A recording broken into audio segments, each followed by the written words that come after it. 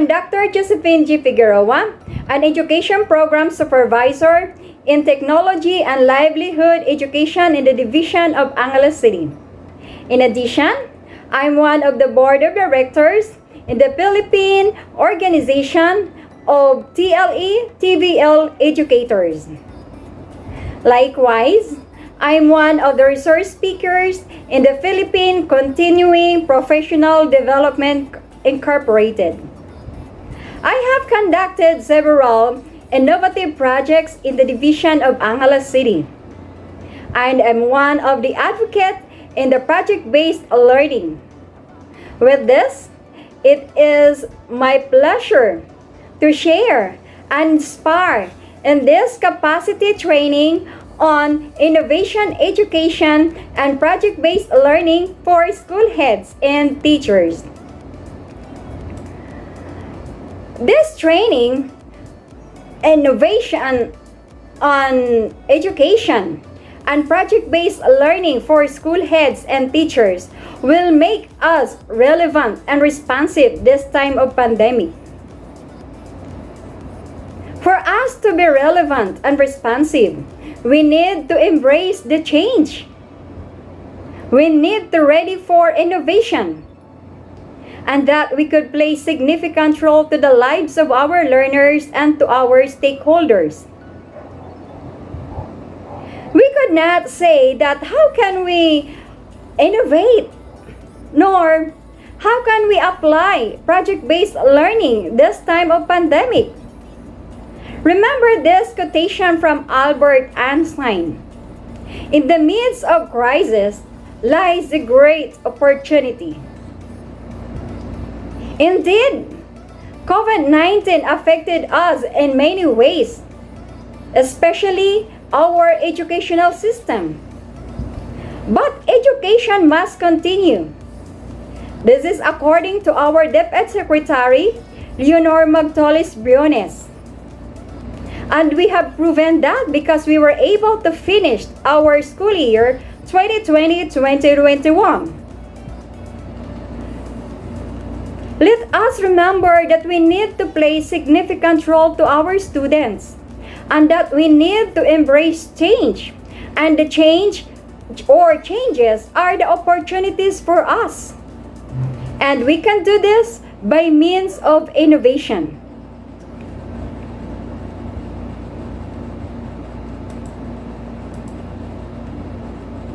To Steve Jobs, innovation is the ability to see change as an opportunity, not a threat.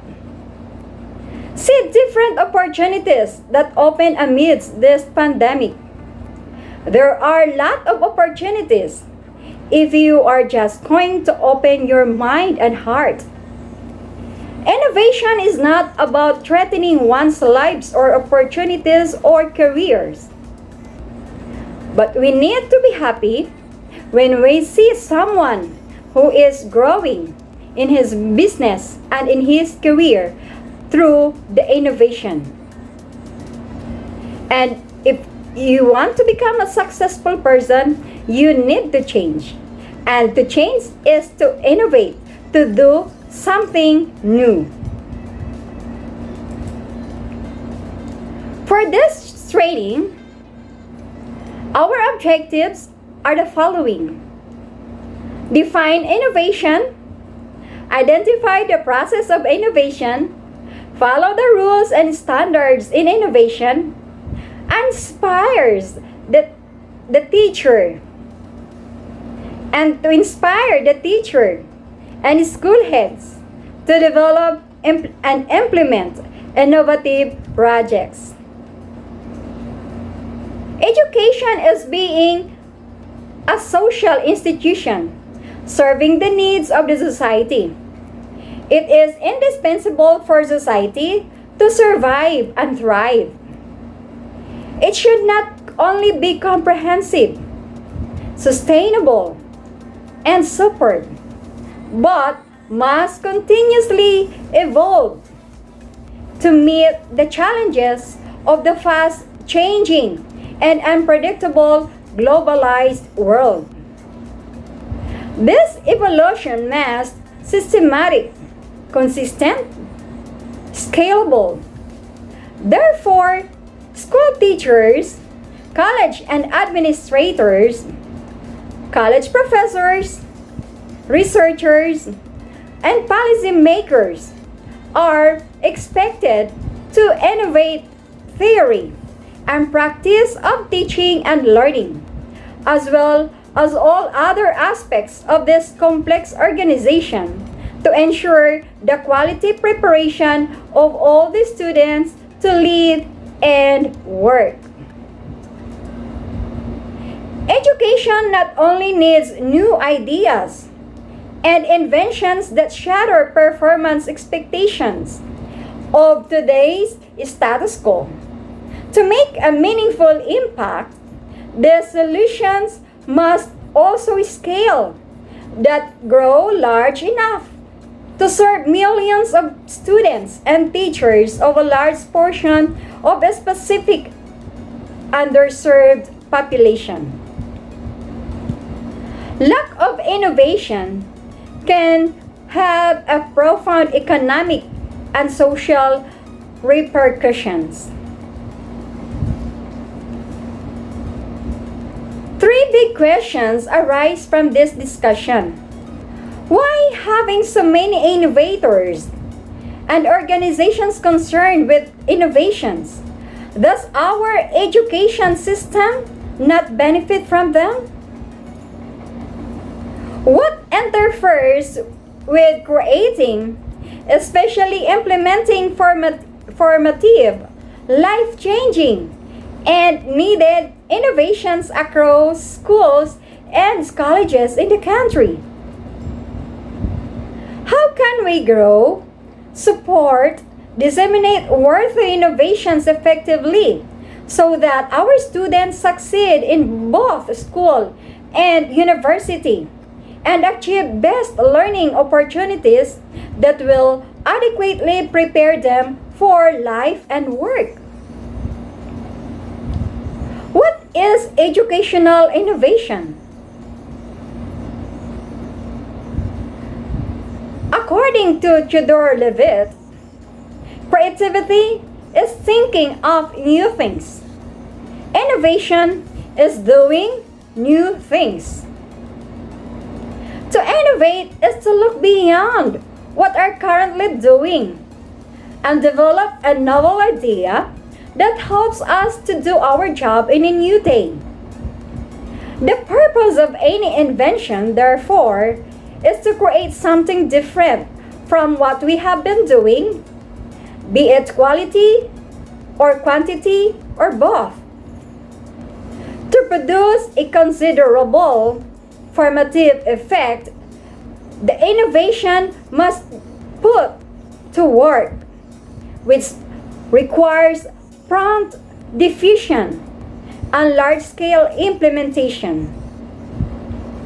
To raise the quality of teaching, we want to enhance teacher education, professional development, lifelong learning to include attitudes, dispositions, teaching style, motivation skills, competencies, self-assessment, self-efficacy, creativity, responsibility, autonomy to teach, capacity to innovate, freedom from administrative pressure, best condition to capacitate to innovate, public and sustenance, such as we expect educational institution to provide an optimal academic movement, as well as the materials condition for achieving excellence,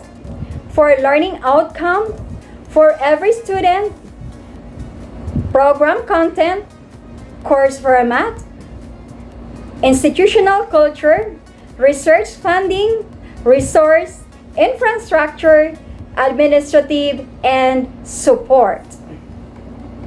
Innovations require three major steps. What are these? The first one is you should have an idea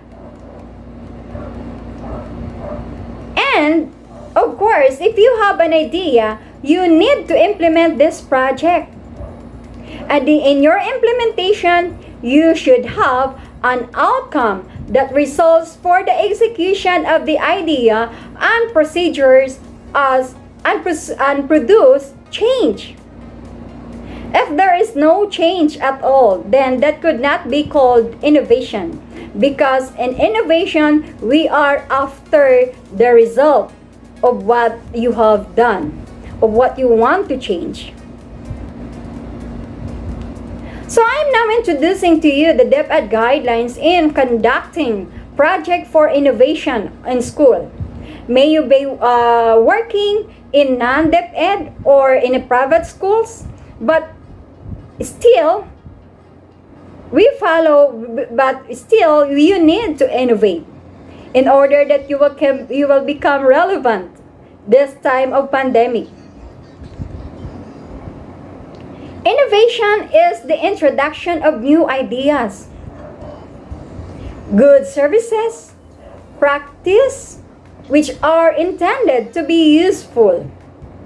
It could address the gaps on access, quality, and relevance in the governance or management of education service, such as increase enrollment, participation rate, reduce dropout, failure rates, improve academic performance, or enhance the learning environment, or improve physical facilities.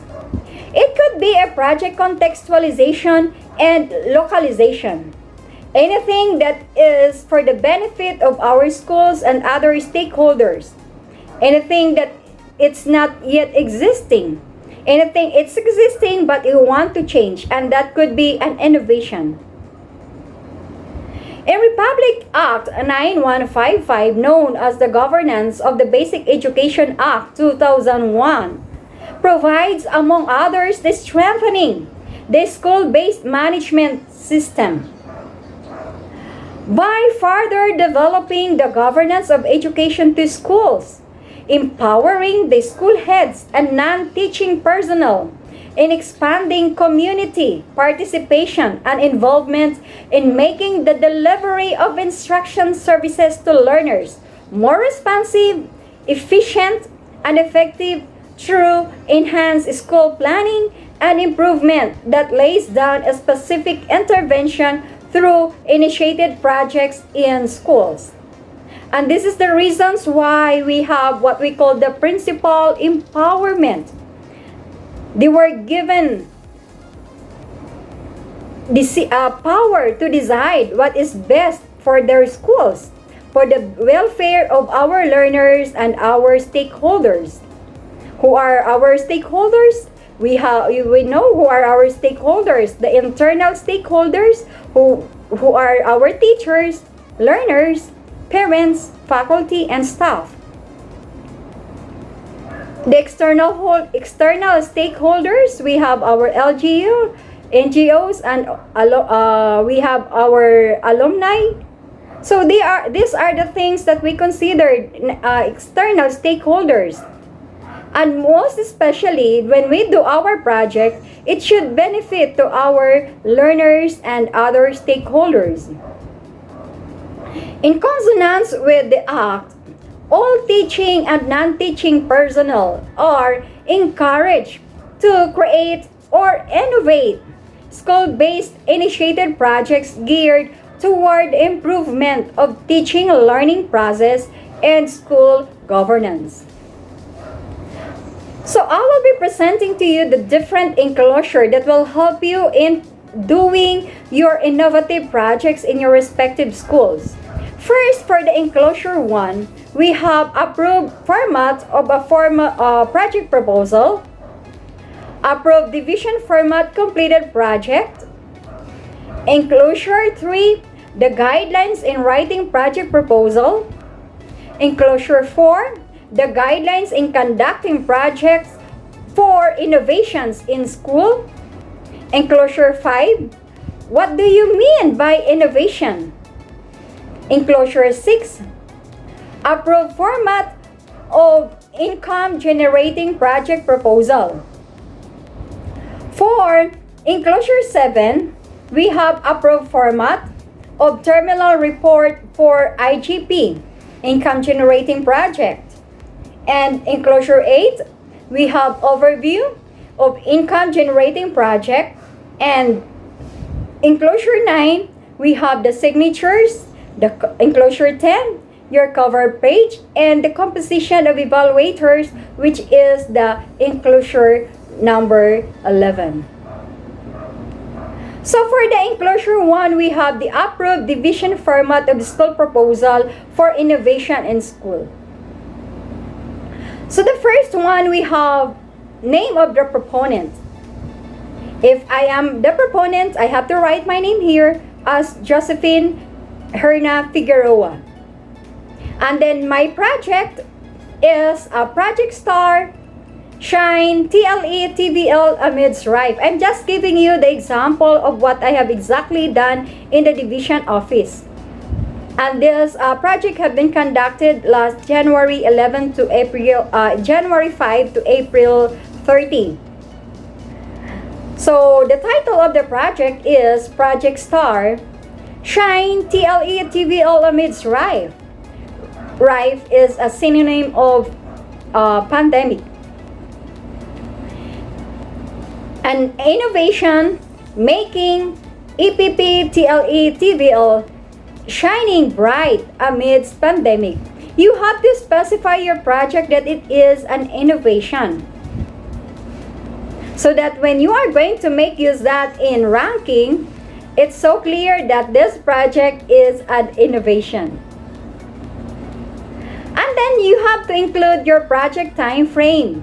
So my time frame, as I have said a while ago, I started last January 5, 2021, ended my project on April 30, 2021. So the next one, we have the project contacts. List the persons who are involved with the project and can be contacted. Be sure to include their names, title, their roles in this project, as well as their phone numbers and emails. So I have here an example. Okay, so I've got many staff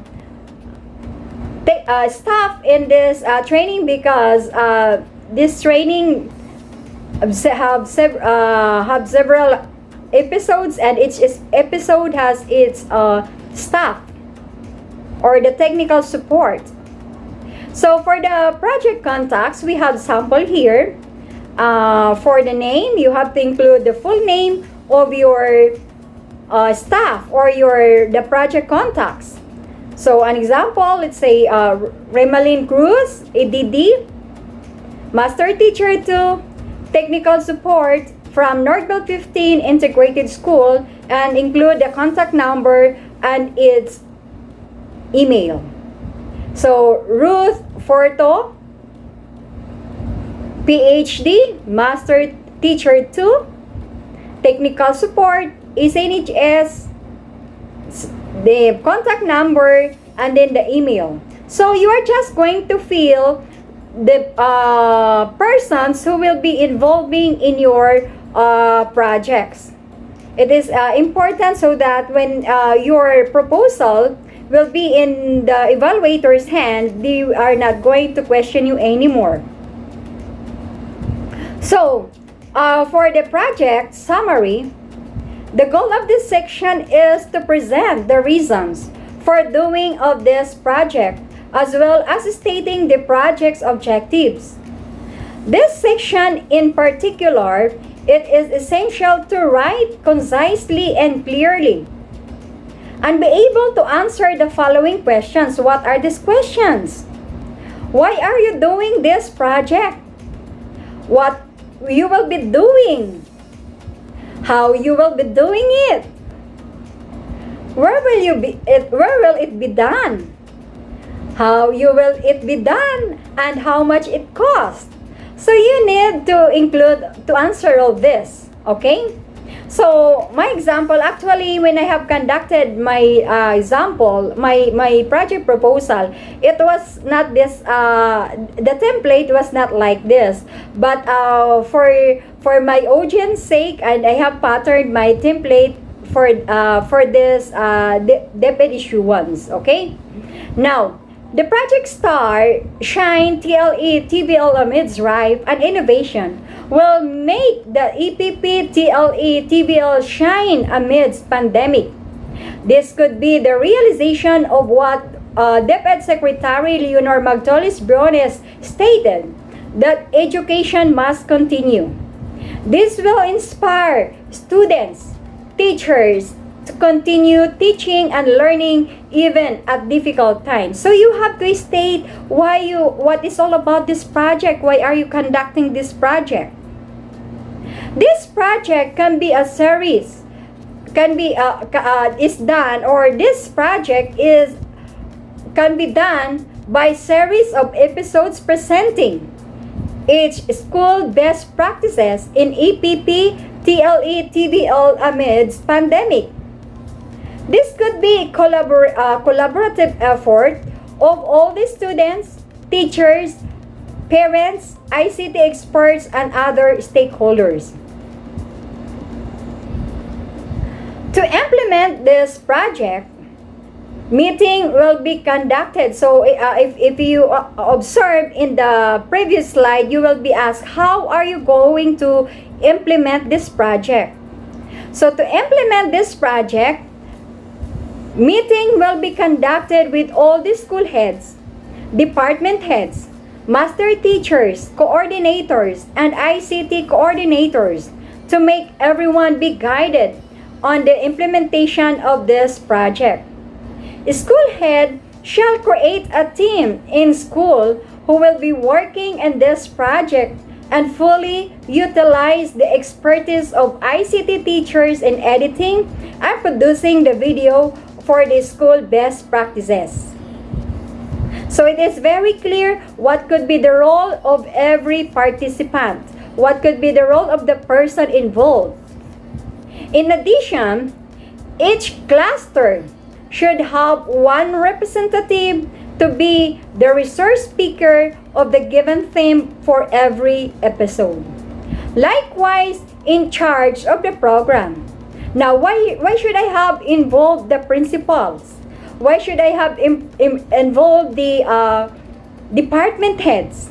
So that these people could have developed a sense of ownership of this program. It means that this project is not for me, but for our learners and for our teachers. So the principal itself will just be helping our teachers in guiding the preparation of this project. This will be conducted with the use of Google platform or live streaming and be operated with the technical team assigned. In addition, video has a duration of 10 to 15 minutes only per school and be submitted on the link 1 week before the schedule of presentation. And I have utilized zero budget in this project. Because during this time when I have made this proposal, we do not have a budget yet, so I implemented this project proposal without any budget. So for the project background, this explains what needs or problems are trying to be solved, and why these needs or problems are worth solving. You should also provide a brief setting and history behind the project. This section should have more than 1 page, so it has a limitation.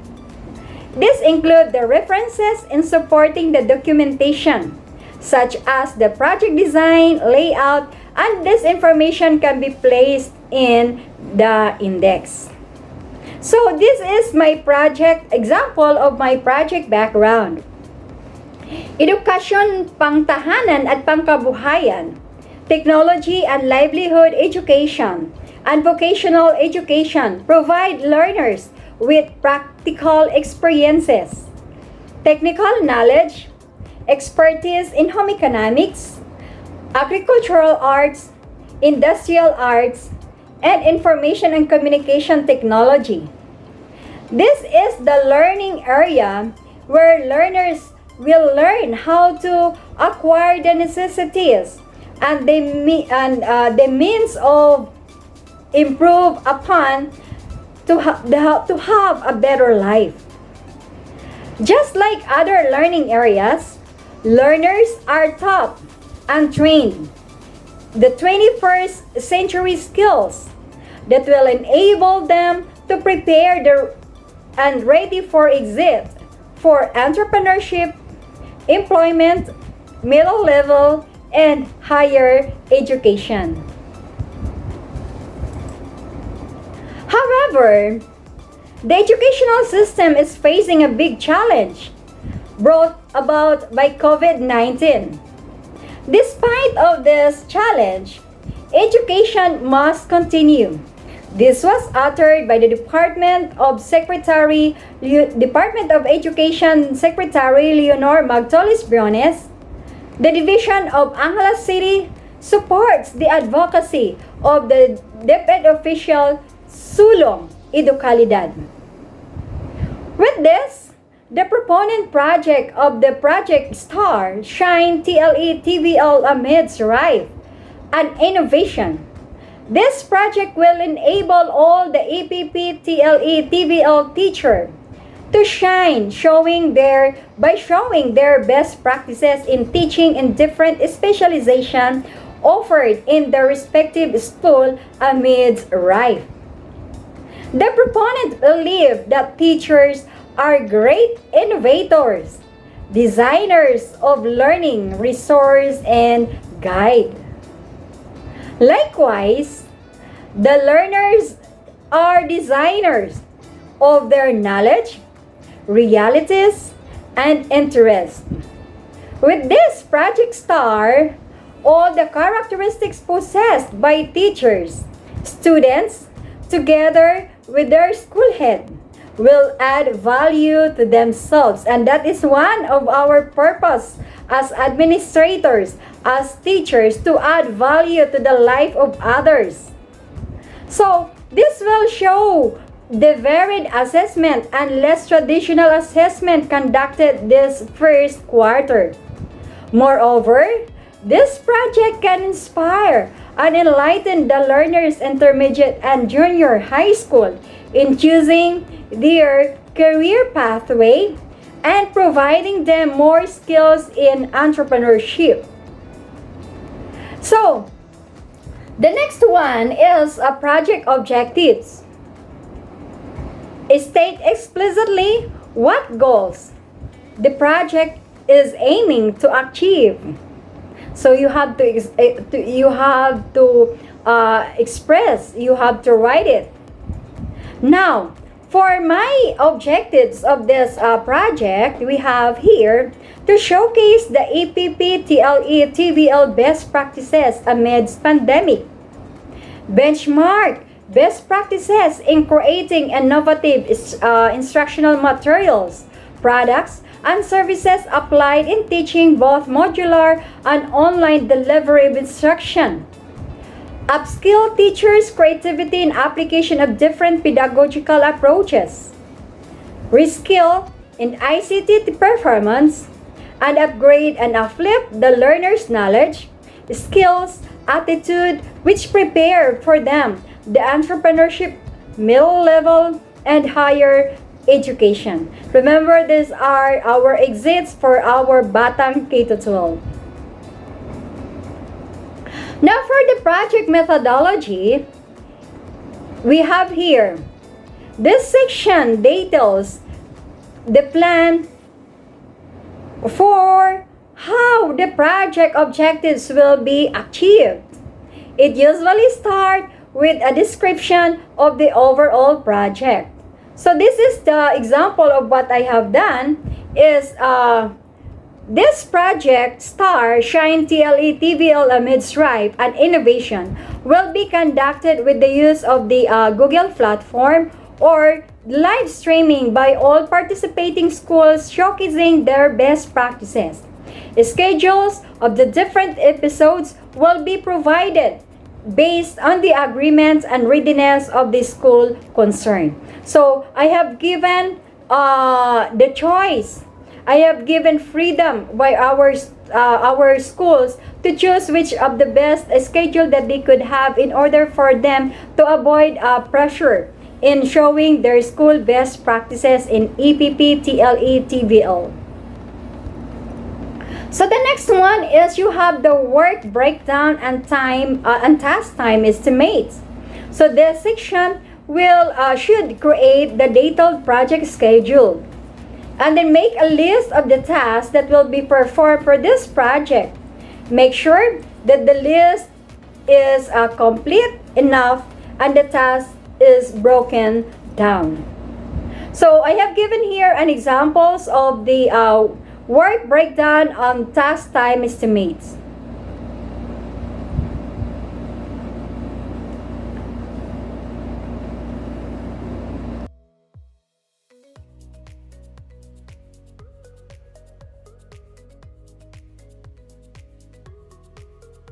So this is the sample of the work breakdown task time estimates.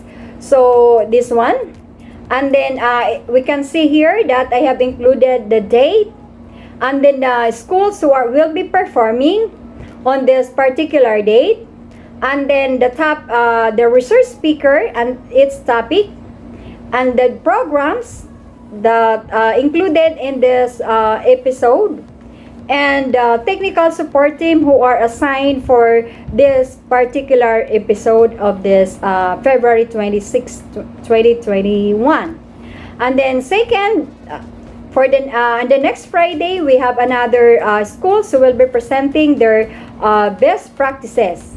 And then we have also assigned another school principal to deliver a topic with the theme of value-based instruction or value-based teaching in TLE, TVL leading in the new normal, which was conducted by Ma'am Amelita Pineda, Principal to Angeles City National High School. So again, I have included the program and then the technical support team who are assigned for this week. And then for this project deliverables, make a list of the project deliverables. This project product may be delivered to the client at the end and throughout the project. Make sure to include the description of this project deliverables. So what I have done for this, I have included. So what I have done in the preparation of this project, first I have conducted a meeting. So the title was there, meeting with the school heads. Okay, so I have also issued a memo on this meeting with the school heads, school master teachers, coordinators, and the ICT coordinator. So I have included them in this meeting. So what could be the output of this is we have the minutes of the meeting. Okay, and then we have conducted several meetings for this to make sure that this project will run smoothly. So several meetings that I have been included in this project deliverables, which support the description in the minutes of the meeting. So for the project risk management, this section details the significant project's risks and delineates the plans to elevate and control for them. Make sure to address the risk likelihood of occurring as well as the impact of the project in the school. So I have given here an example. So for example, what could be the risk? And then I was thinking that we could not make it because we have this pandemic and we have the limit of time in preparation. So we have the resource, we have number one, we have the time. So time constraint in preparation of the documents of the best practices in TLE. So what should be your solution for this risk? And then to provide ample time in preparation of its cluster, proper training or proper planning and delegation of the task. Experts to help to avoid the time constraints. And then limitation of face-to-face, it's really a challenge for us because there are times that our technical team experience or they were infected with COVID, so we are strictly avoided not to meet with each other in preparing this show. So what we have done, we have plan A and plan B.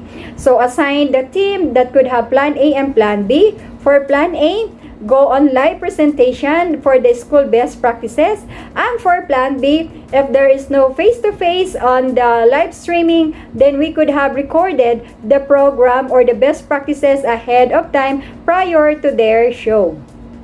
And then the project cost, in this section you will need to estimate the cost of this project. Project cost the project budget, that what must be allocated for this project. And then for the source of fund, if it is your personal project for innovation and this could be used for the promotion, we have to avoid using the fund of MOE. But for the sake of showing the fund, this one I have prepared like this. So what could be how you are going to prepare it if your project will be funded by stakeholders.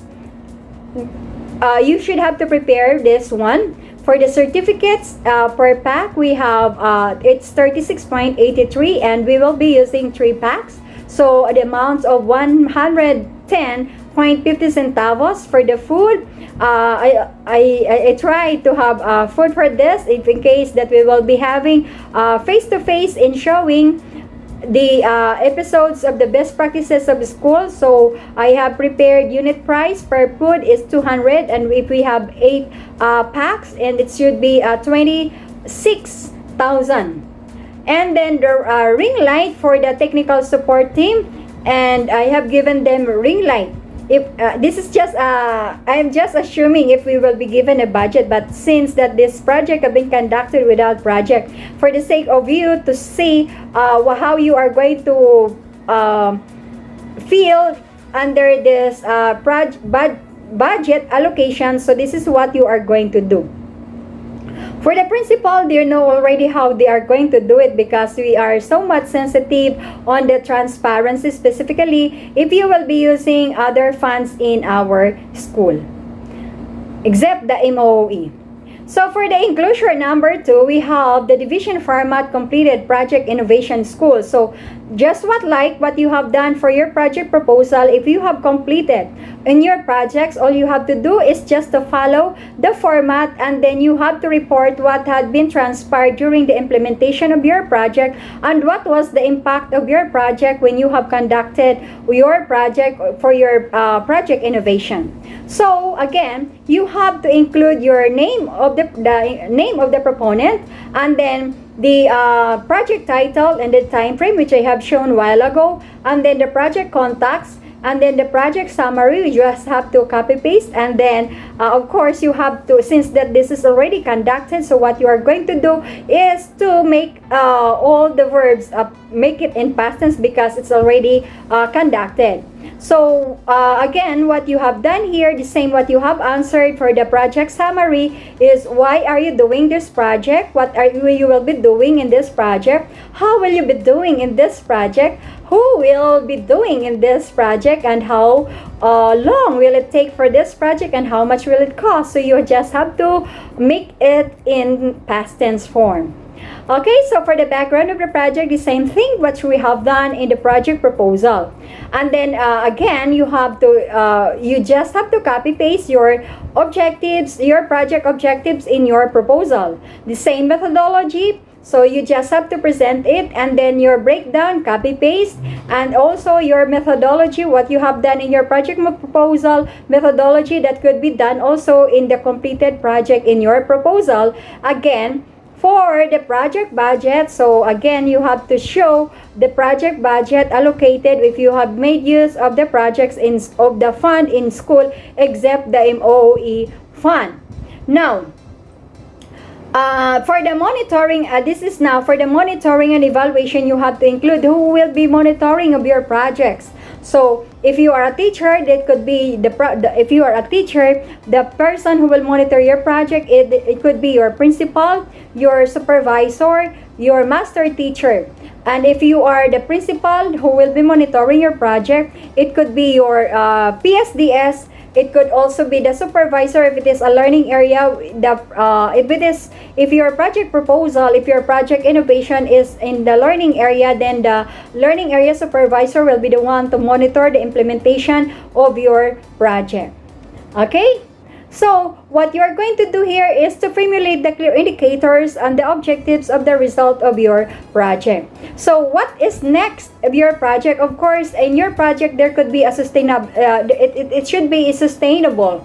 Okay, it should be sustainable. It does not only stop after the implementation. What is next?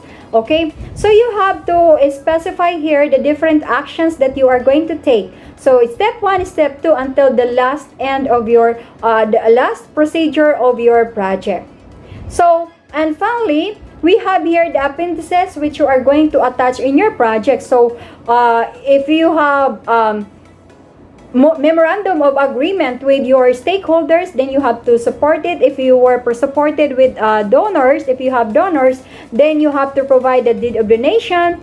You have to show the deed of donation. You have to show the receipt of your expenses. This is to practice the transparency in implementing in your school, so that you will be avoided by several questions that your colleagues and other stakeholders will be intriguing with you if you are not going to do attach your receipts. Okay, so we always have to practice transparency.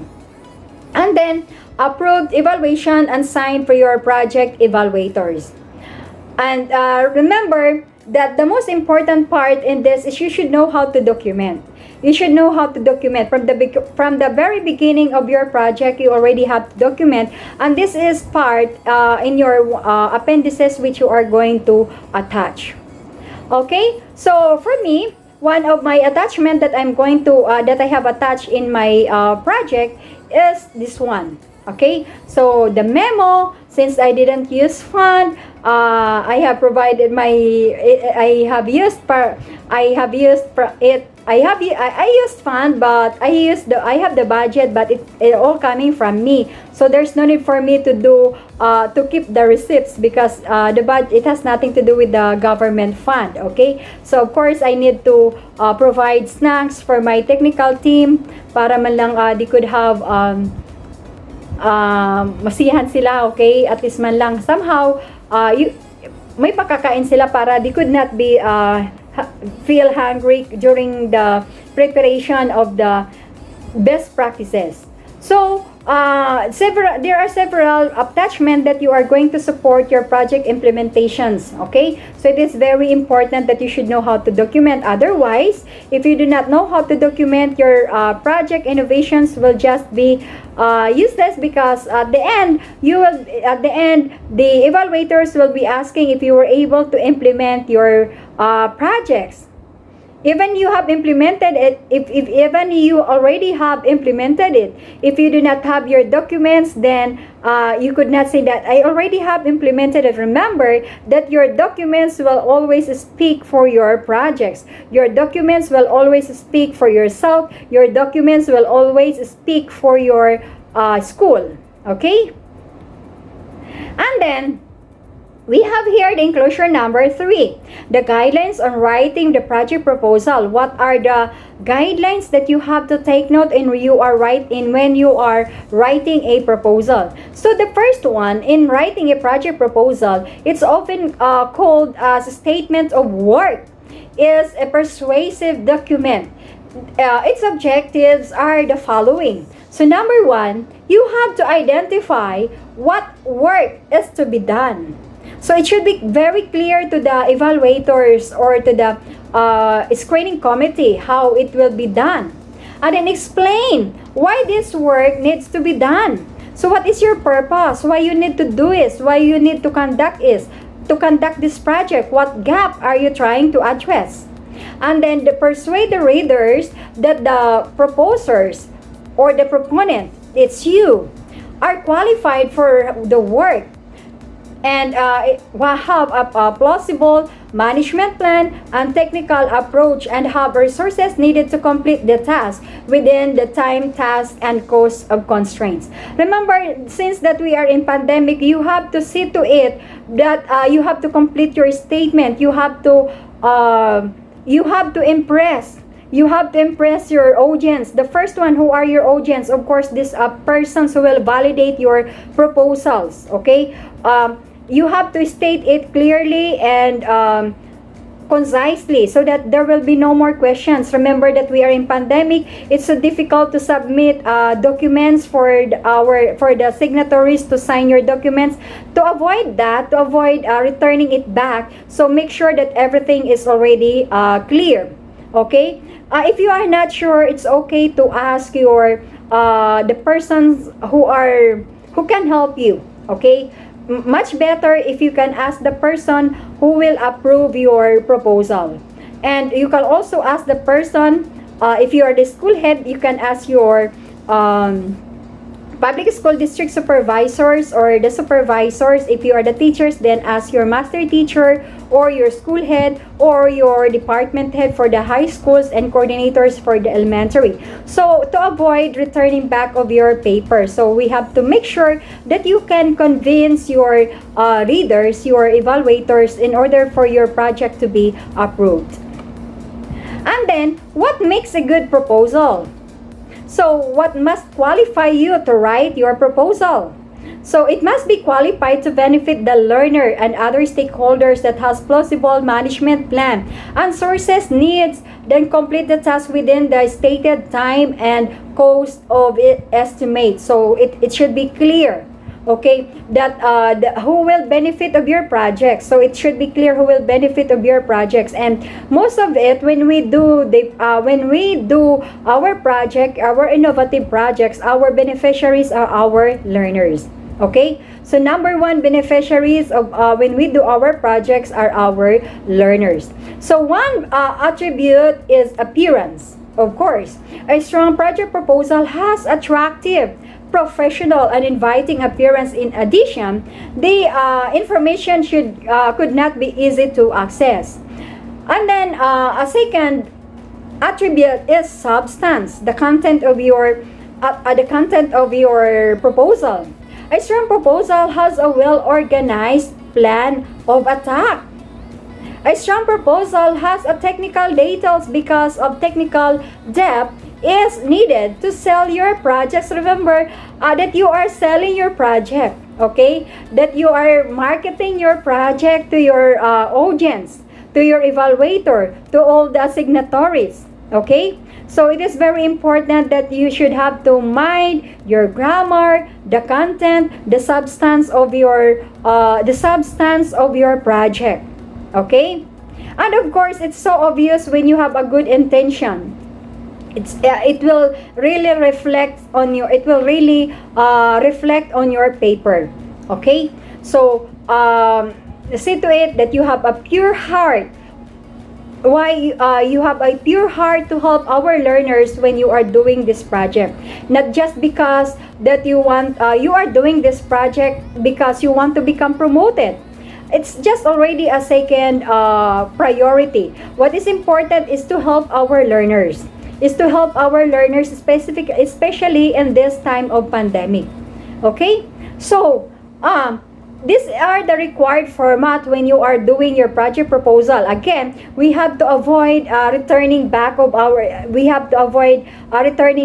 papers, especially when you are coming from afar, and then you need to return back to the division office just to submit.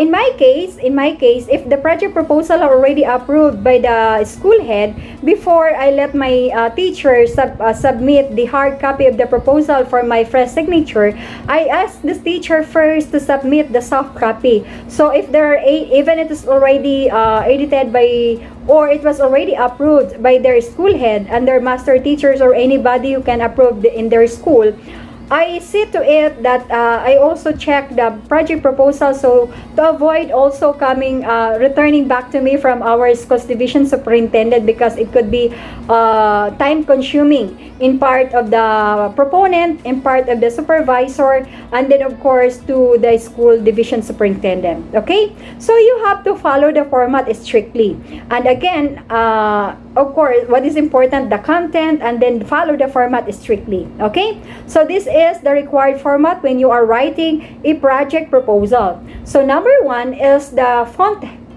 for heading.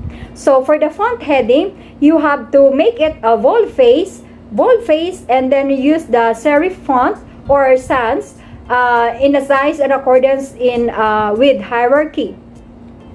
And then for the font text portion, the 12 size font is required, and then make use of Times New Roman or Book Antica. Okay? For the margin layout, standard at least 1 inch, 1 column, single sided. For paragraphing, it is intended paragraph, no line skip between the paragraph in a section. And then the page number, that should be placed at the bottom centered. And then you make use of the paper 8.5 by 11, or we call the short band paper. Okay, so and then your spacing is 1.5. So you have to follow strict, but somehow even we already have the guidelines, there are still division who make their own guidelines. So it's better that you have to coordinate with the signatories in the division the guidelines. Okay, the guidance. So if you are a teacher, to avoid bypassing your school heads, to avoid bypassing your master teachers or your department heads, you should have to ask them first. If they are not sure about it, then that could be the time that you will also ask your the higher office who is in charge of approving your paper in the division. Okay, now this is the DepEd guidelines in conducting project proposal in innovation in school. So the first is to propose a project. It should be aligned with DepEd thrust and contributory to the attainment of the department visions and missions. So what are you trying to address? So it should be within the DepEd visions and missions when you are trying to write a project proposal. And then the proponent must be present reasons for the project and what needs or what is the problem that you want to solve or address and innovate. So it should, again, as I have told you a while ago, that it should be clear enough why are you trying to write a project proposal? Why are you trying to innovate? What particular gap are you going to address in your school or in your division? Okay? The project proponent or the proposed project must have qualified the benefit for the learners and other school stakeholders. Okay, so it is again the beneficiary of our projects. It's either the school learners, number one, the school learners or other stakeholders. It could be your teachers, it could be your other staff, or the parents, and so on. What is important, it is clearly stated in your project proposal. The next one is the proposed project must have a realistic management plan and resources needed to complete the project within a calendar year. So you have to specify when in your time frame, when are you going to start your project? Do you have to use do you have your budget allocation? Is it included? If you are a principal, is it included in your AIP, or you just have it's just an overnight dream? That's why you have the project proposal. Remember that it should be planned. It should be planned when you want to have a successful project proposal. It should be done through planning, proper planning, so that you will not be questioned by those authorities who will be approving your proposal. Okay? So specifically for the principals, if you are writing a project proposal, see to it also that it is included in your AIP. Okay, but not all project proposals should be approved as innovative, especially if it is in the AIP, which I will be discussing it a while ago. And the next On the next slide. Okay, so it is an infrastructure project.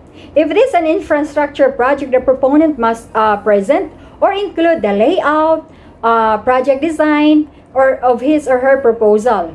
So, the establishment for the solar panel, windmill, or e-library. So, just like in the other schools na the school made renovate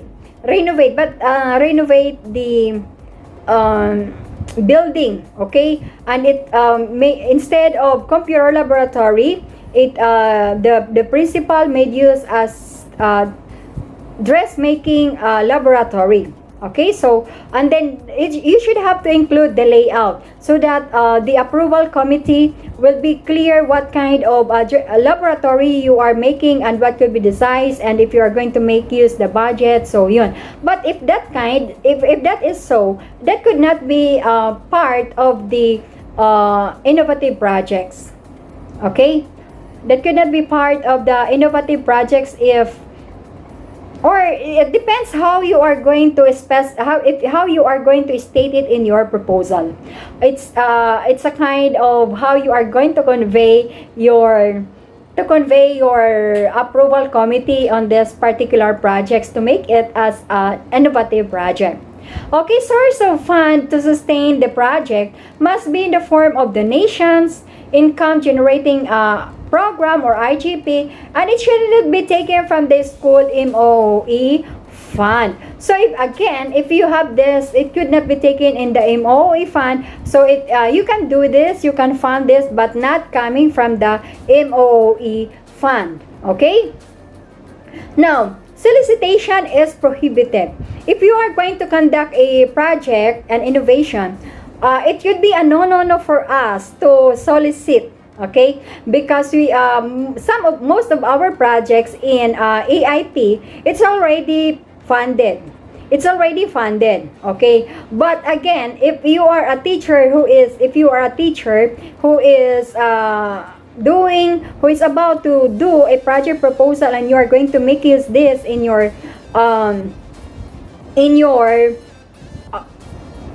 promotion, so it's a no for you to solicit a project, or you can do it by, if you have a relative that will just be too generous to give you money but not to solicit.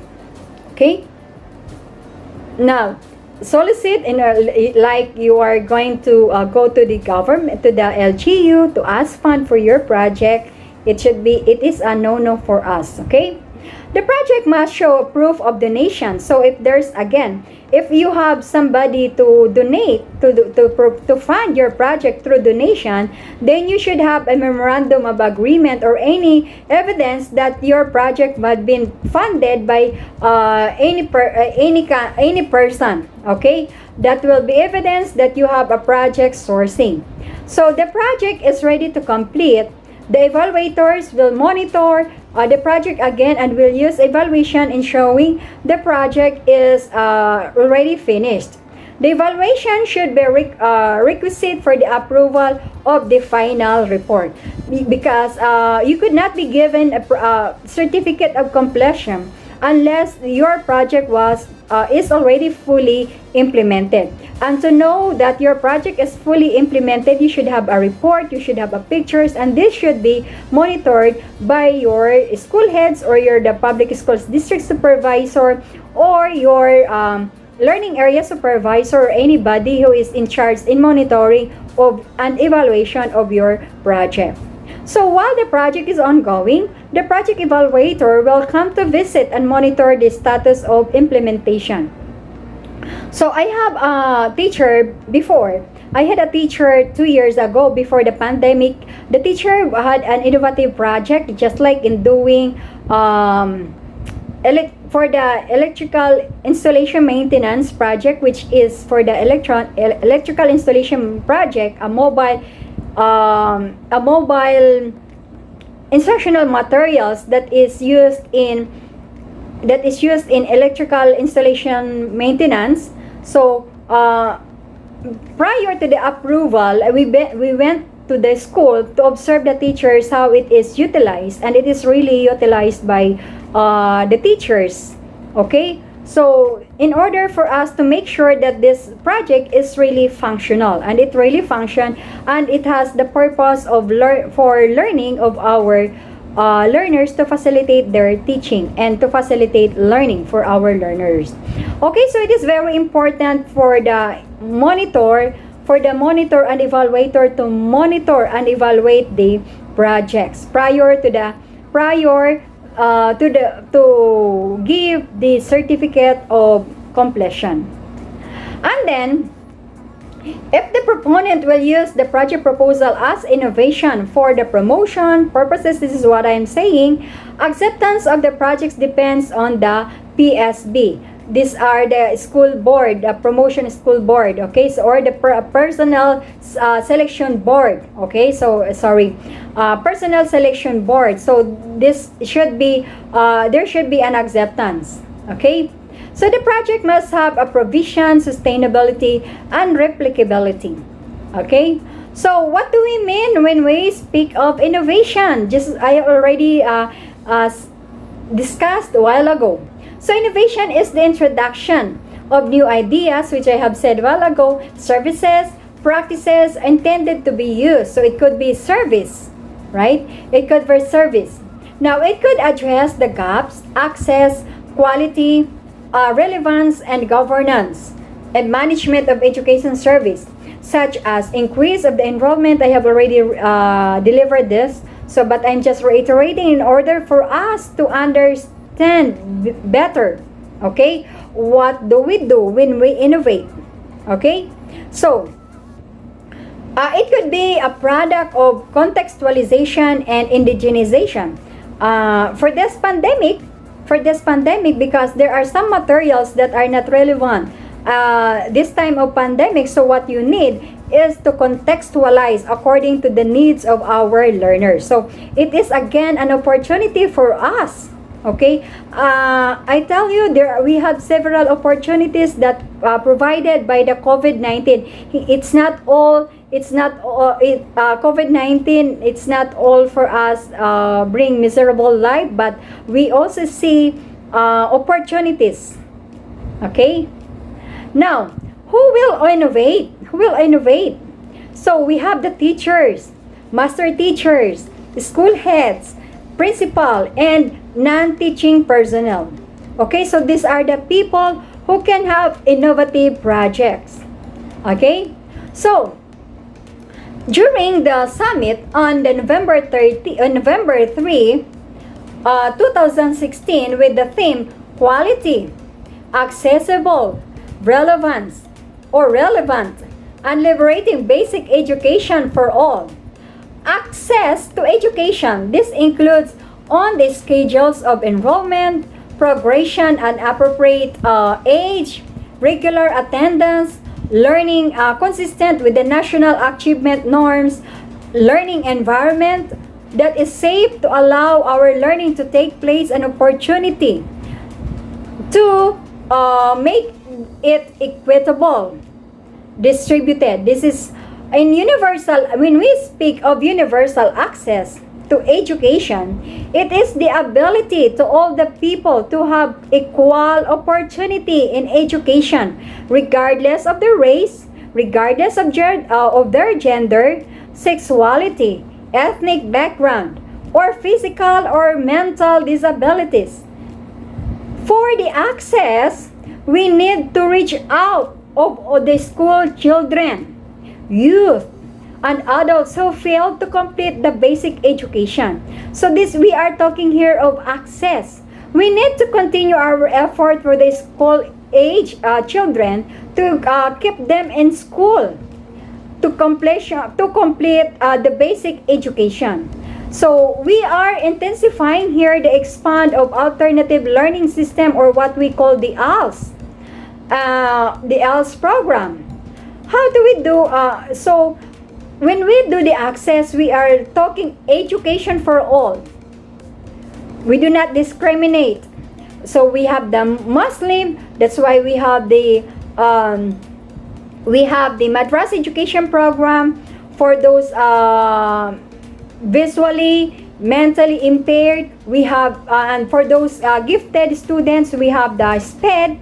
So education for all the school age, who haven't completed the basic education, they are welcome in our school. In order, this is what we let them in. We let them attend in order for them to complete the basic education. Okay? Now, when we speak of make the education relevant, this is to urgent the needs, as well as responding the directives of our President Duterte to strengthen and enrich the particular reforms, anti-illegal drugs, reproductive health, and disasters preparedness. So, to introduce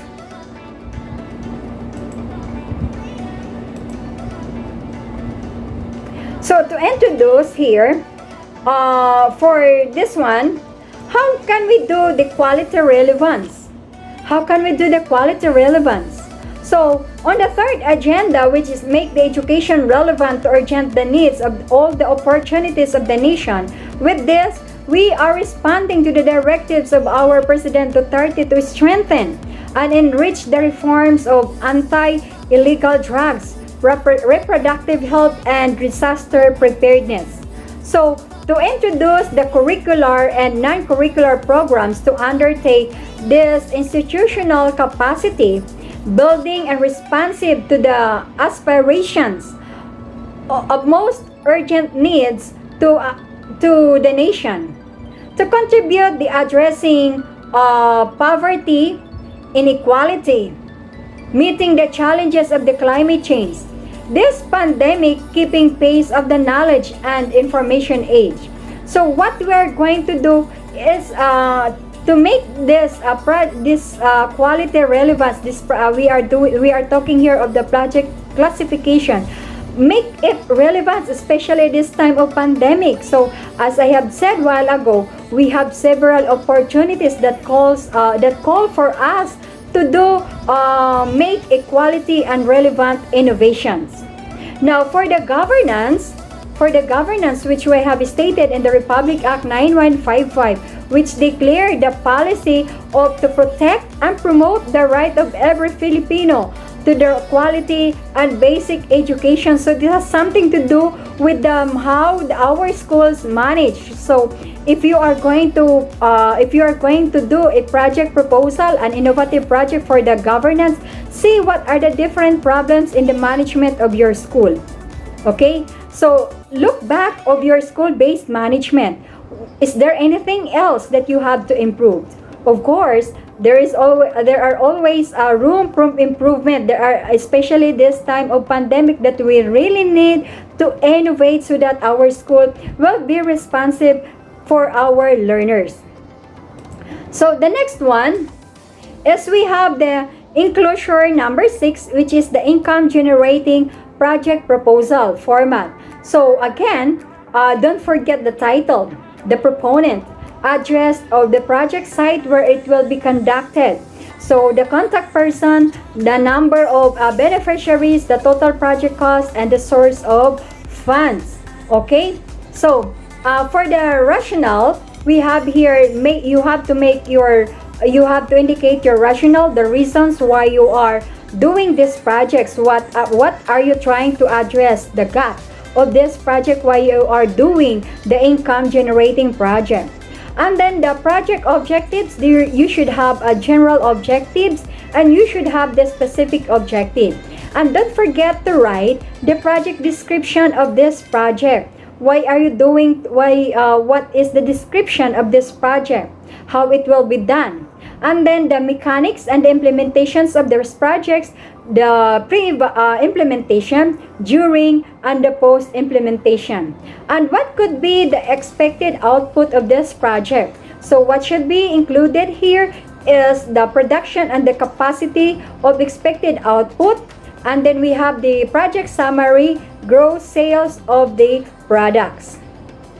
Now, For the work plan activities, which can be presented in the table form, just like what I have shown a while ago. So what are your major activities in order to accomplish your IGP or income generating program? Who are the persons involved? And then you have to include the time frame, and it can also be presented in a table or you use the Gantt chart.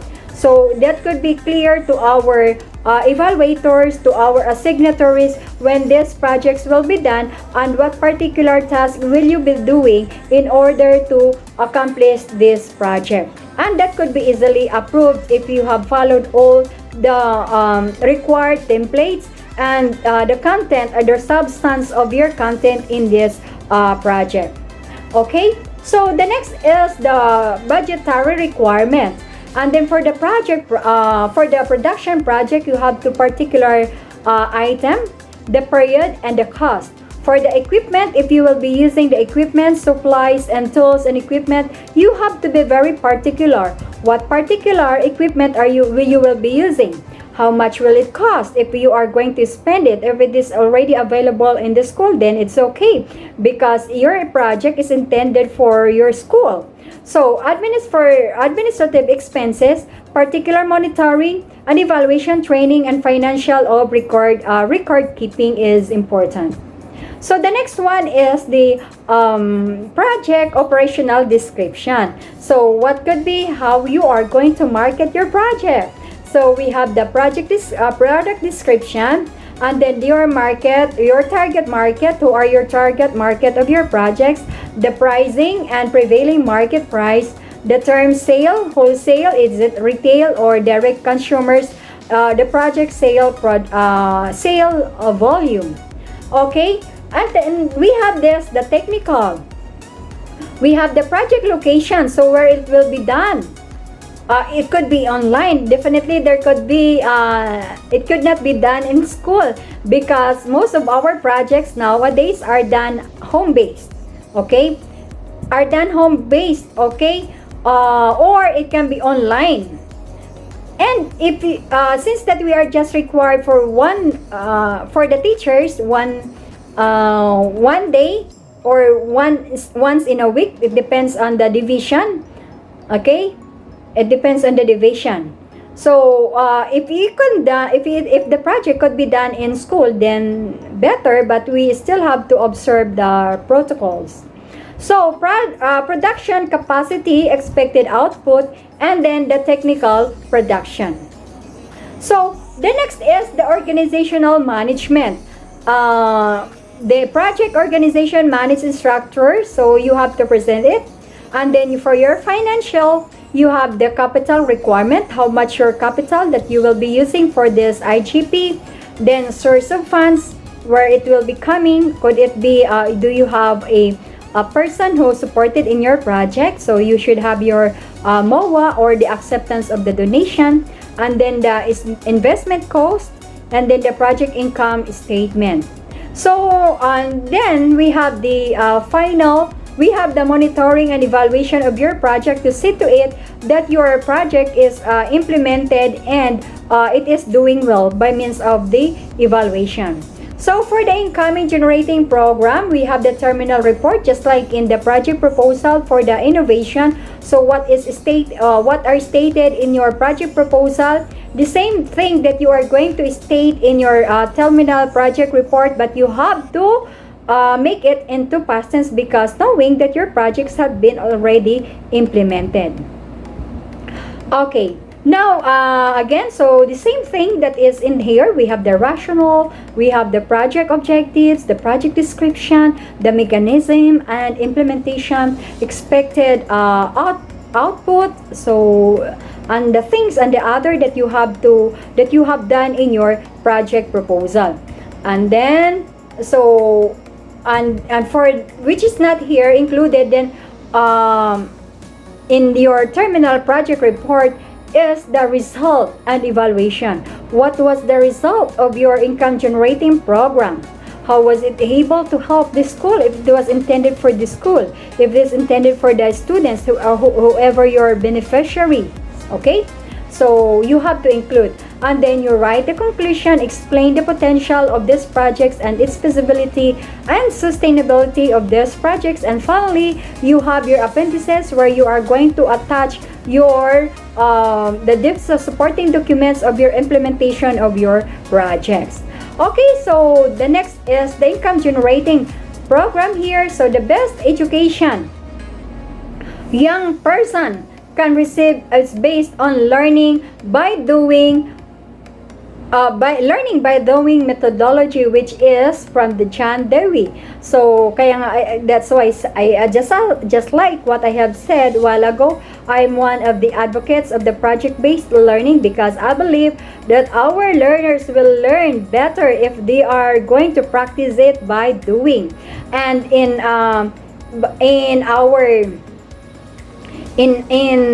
the law of exercise, if you are going to make use of the theories and theories or approaches that you have to make use, that you have taught to our students, if the students will make it use, then it will strengthen their skills and ability in the entrepreneurship. And if they are not going to make use it, then it will just the skills that you have taught to our students will just be turned to weak if it will not be developed. So what do we mean by income generating project? So when we've been talking of the income generating project, and this is now the definition. So it is used to describe an activity that makes money. Wow, that's everybody's need. Okay, that makes money to finance or program the project. Okay, so this is our reference. And then, why should the schools or the proponent generate their own income? So we have our objective is to improve the facilities. School offers scholarship for children, those students who could not buy their materials in schools, those who could not buy their meals. Okay, so this we have several reasons why we have to do the income generating projects. And then finance project for innovation in schools. If you have an innovative projects which need for financial support, then you can do innovative project as well as the project innovation. Okay, so we have typical sources of school that might possess. So first, what are these? We have the natural resources. And what are these natural resources that we consider? We have the land, we have the water, we have the trees. And for the agricultural activities, if the project is for horticulture, plant cultivation, the proponent can make use of the school's natural resources such as land, water, etc. So for the human resources, we have the teachers, we have the students, and anyone who can manage the project. For the physical resources, we have our building. The proponent may use of the agricultural equipment of the school. For financial resources, money is needed. The proponent may look for the resources to fund the project, like the alumni and other stakeholders who are willing to support your project.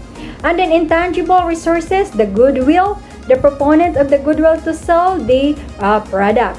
So the income generating project, we could have the horticulture, the vegetables that are planted in your schools, the fruit jam. If you have a lot of fruits in your schools that are in season, then you can make that as your income generating project. And other facilities in schools, that's just like you have the ecotourism, which you are going to do it through online. Then the school shop, internet shop, or internet cafe, processing facilities, school-run enterprise, and any others that you can create, that you can turn into income-generating projects. Okay, so the next one is the enclosure. Okay, so it's the enclosure of your project. So, of course, what you are going to attach, you have your project title, the name of the proponent, and then the noted person, the immediate person who is your immediate superior, or in your school, or if you are a principal, your PSDS, or if you are a teacher, if it is for the learning area, then your learning area supervisor. So sample of innovative projects that I could provide you is, of course, my projects which I have done, the Project Star, Shine, TLE, TVL amidst Rife, and innovation. So I have specified this an innovation, so there could be no question. So it could be to think that we are in pandemic, it is possible for us to do to show the innovative projects, or to show our best practices in schools. But in our division, specifically in TLE learning area, we were able to do it by means of online presentation of the best practices. So and that's why it is an innovation. So just like what I have presented a while ago in the project summary, okay, so it was presented why it is an innovation, why it should be conducted, what is the reason. So making TLE TBL shine bright, or shining bright amidst pandemic.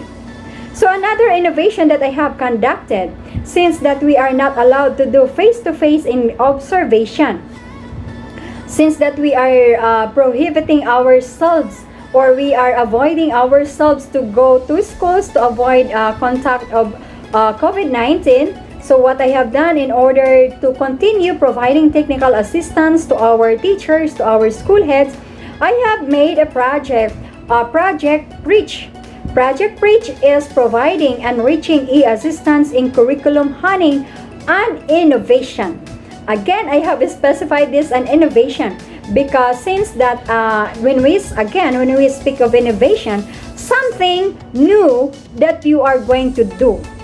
So if it is, since that we are in pandemic again, since that during the old normal, during the face-to-face, we go to school to observe, to conduct observation, to ask, to check the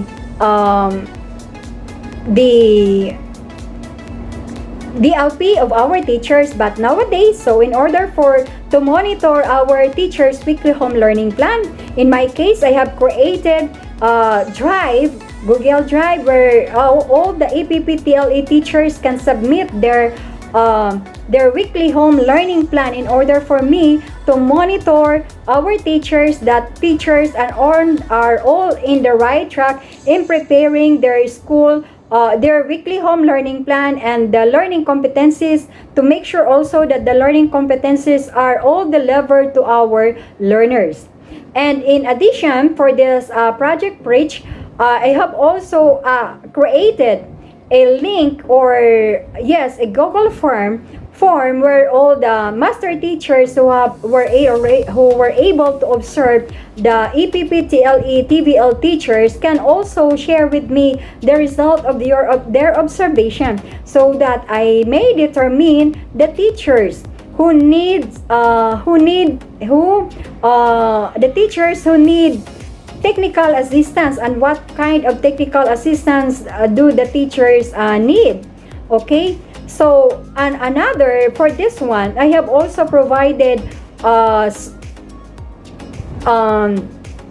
survey, or to monitor and evaluate the work immersion. So I have also prepared a tool wherein I can monitor the work immersion implementation during the crisis situation. So with this project Preach, everything became possible in monitoring and evaluation. And I also do for the observation, I can do it also online. All the teachers who have recorded their online teaching, I asked them to submit on the drive. So if I am too busy to do the observation at the particular time, which was the time given by the teacher, if that is the time that I could not observe, then I can easily go back on the video recorded by the teachers by going to the link where they have submitted their video. So this is very significant to us, for me, the teacher, and for me as supervisor, and for the EPPTLE TVL teachers. So during the SBM validation, I have seen several innovative projects that I have seen, and what impressed me, some of this that I could include from Sapambato National High School. I was really amazed of this project, Tindahan ng Karunungan. You know, I have even asked the teachers to where I can buy this Tindahan ng Karunungan, because sometimes I am running out of karunungan, especially when I'm already exhausted with my work. So it means that I'll be needing this karunungan, right? So they have this Tindahan ng Karunungan amidst a pandemic, wherein the school, instead of community pantry of giving the foods, they have offered books, storybooks, other reading materials, other video, in order to help our students learn more. Okay, and then this travelogue is for the AP teachers. Okay, so instead, in promoting the community, so the students were able to provide a travelogue.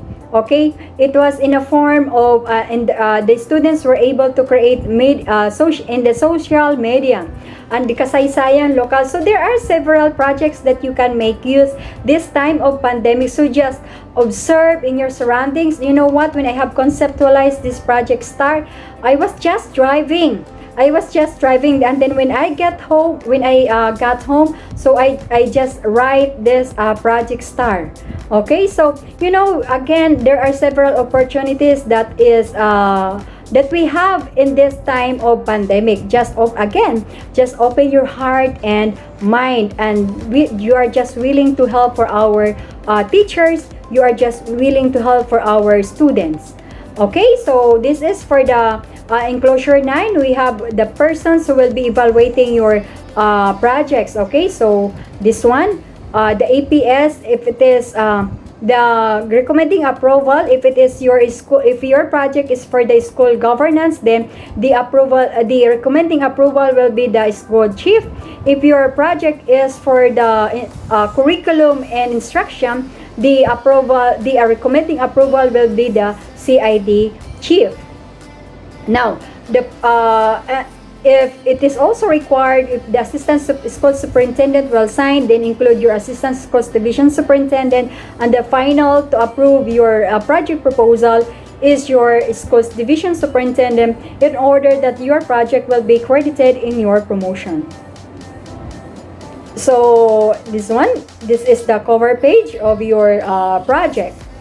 And to be guided in the documentation of your document, please revisit Independent Order number 66 series 2007, make number 10 series 1979, ranking for master teachers, Deped Order number 42 series 2007, selection, promotion, and designation of school heads.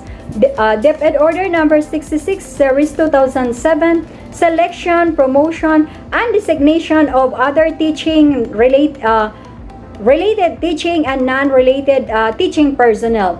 So it is even we are guided with Deped orders or Deped memorandums and other guidelines. Sometimes we have to expect the unexpected, because it depends on the person who interpret the guidelines. So do not be frustrated if they have other interpretation.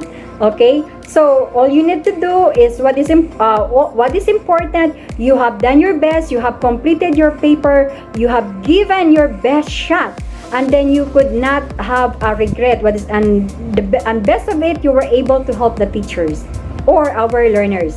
So other division may use other template for innovation. What is important, you know, what should be the substantial content or what you need for to fill your project. Remember this, anything that you do, you always have to know your purpose. This is one way of living a meaningful life, by knowing and living your purpose in life. We exist because of our purpose, and our purpose is to help others. I hope that I have made my purpose with you. Happy working, and I wish you to flourish in doing your innovative projects. Thank you so much, and stay safe and healthy. Keep praying so that every one of us will be healthy and free from COVID-19.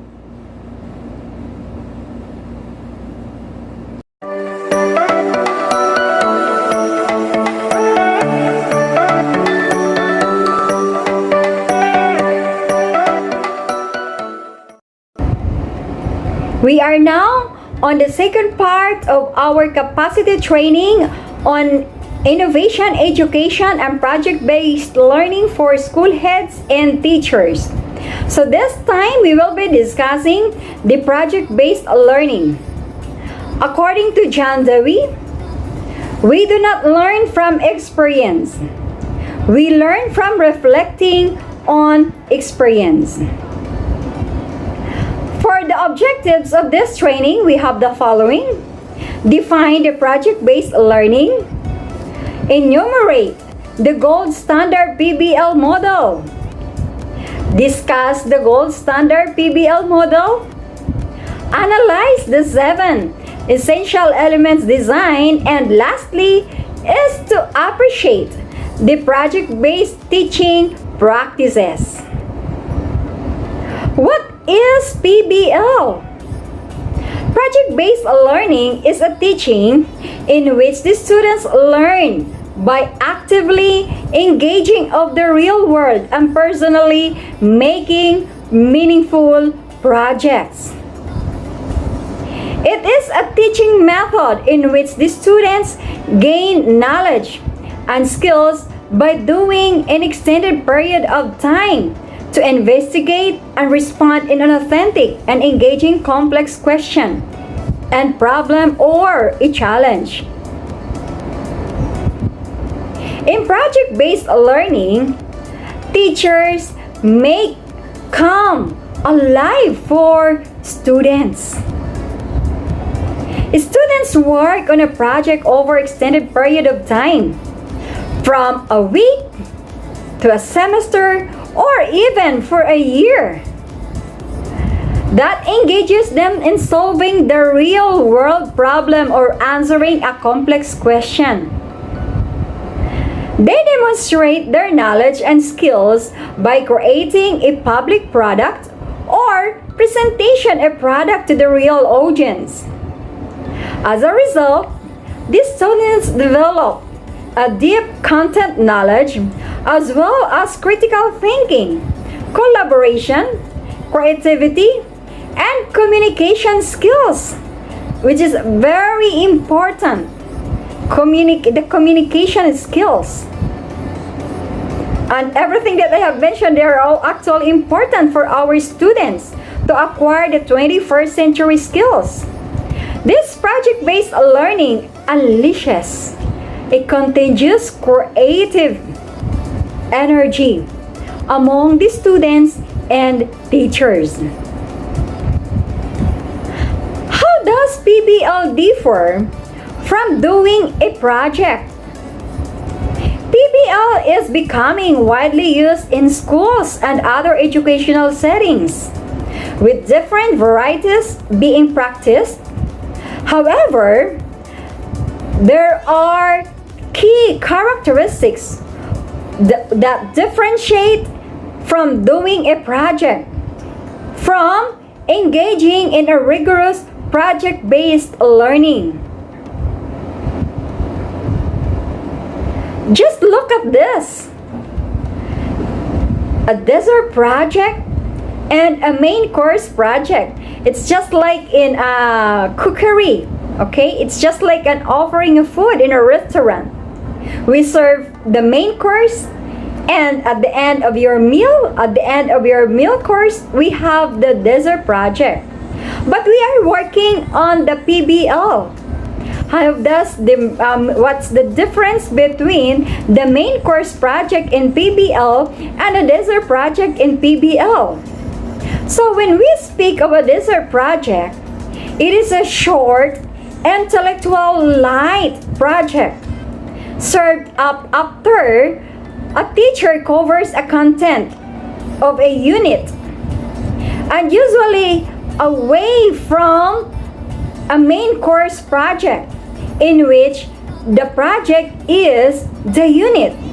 Thus, a desert project is just a part of the unit and a main course project is a unit itself. A project-based learning is a project that is a vehicle for the teachers. The important knowledge and skills the students need to learn. The project contains and frame curriculum and instruction. Remember that our curriculum and instruction is the heart of education. And to make our learners learn more, they need to experience. And that's why in my introduction, I have said that I am one of the advocates in the project-based learning.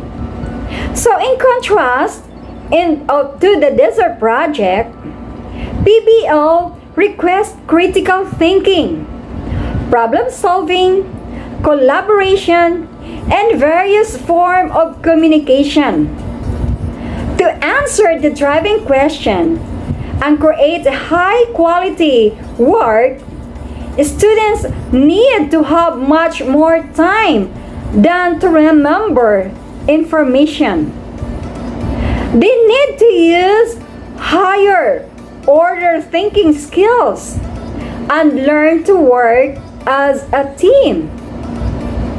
Just imagine of this, how we do the high standard in doing the project-based learning. How could the learners learn to solve a real problem solving if they are not going to make use their critical thinking, if they are not going to make use their communication skills? The gold standard for high quality PBL help to ensure your students who are getting the main course and are engaging in quality-based project learning. PBL Works promotes a research-informed model for gold standard PBL. The gold standard PBL model encompasses two useful guides for educators. Number one, we have the 7 essential project design elements which provide a framework for developing high quality projects for your classroom.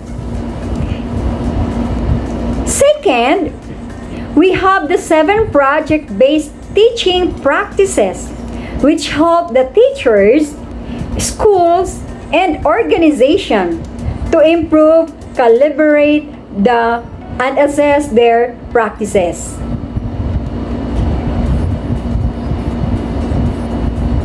The gold standard PBL essential subject design elements, a research-informed model for improving, calibrating, and assessing your practice. Students learn for project includes the standard-based content as well as the critical thinking, problem solving, communication, self-management, project management, and collaboration. What is gold standard PBL? This helps the teacher to do the PBL well. This created comprehensive research-informed model for PBL to help the teachers, the schools, and organization improve and collaborate to assess their practices. In the gold standard PBL, projects are focused on students acquiring the key knowledge and understanding and success skills. So these are the 7 essential project design elements which will be discussed further as we go on our discussion. So, the first one is challenging a problem questions. It's a big question. This project is framed by meaningful problem to solve a question to answer at the appropriate level of challenge. Second is we have sustained inquiry. The students engage in a rigorous extended process for posing questions and finding resources and applying information. The third is we have the authenticity. These projects involve the real world context, tasks and tools, quality standards, or impact. The project speaks to personal concern, interest, and issues the students' lives. What about the student voice and choice? What is this? The student make some decision about the project, including how they work, what they create, their express of their own ideas and their voice. So in a classroom, in teaching, in a project-based learning, it is important that we need to have the student voice and choice. Next, we have the reflection. Reflection, students and teachers reflect on learning, the effectiveness of their query and project activities, the quality of the student work, and obstacles that arise, the strategies for overcoming them. We have the critical and revision. Student give, receive, and apply feedback to improve their process and products. And the last one, we have the public product. The students make project work public by sharing it with explaining and presenting it to the people beyond the classroom. So it is not just in a classroom activity, it's not just an online classroom activity, but we are exposing our students to public to sell their products, to market their products, especially for us in the K-12, that one of that a batang K-12 is handa sa trabaho, handa sa negosyo, at handa sa kolehiyo. And this project-based learning will make our K-12 objectives realized. So, let us discuss a tricky part of PBL in writing a driving question, which is one of the challenges of the teachers in doing the PBL. It was noticed over years in facilitating a PBL 101 workshop that one of the most challenging parts for teachers designing a project is writing a driving question. One reason is that it's writing task and not everyone is a writer. You make good in writing, I make good in oral. Okay, so we have a different skills and not all teachers are writers. Many teachers are great at creating a curriculum units, lesson plans, and many other great works at working for the students. But crafting a worthy of a question that captures the heart of the project, it could be tricky of some other teachers. Now, what are the quality of a good driving questions meet? The following criteria. How are they going to meet the criteria? First is engaging for students. It is an understandable and interesting to the students, and it provokes further questions and focuses their inquiry process. Second is make an open-ended question. There are several problems or there are several possible answers. And it cannot be simply be Googled just like other students are doing nowadays. If you are just going to ask them a simple question, they can easily Google it. because we are now living in a high technology, in the world of technology. And that is what we are trying to avoid, because our students will just be dependent on Mr. Google. Okay? So the next is to align with learning goals. To answer it, students will need to learn the targeted content and skills. Now I am showing you the troubleshooting common pitfalls among our teachers. So we have 3 columns. On the first column, we have the first draft question. On the second column, we have the revised version of the driving question. So on the first draft, we have here the most common questions that we ask to our students if you are teaching in science. What adaptations do animal species make to survive in various habitats? This question may not be engaging because it sounds like a teacher or a textbook. And how are we going to revise this question in order to make this question engaging? We could say, could a dog live in a desert? Second, we have, what are the major industries in our country?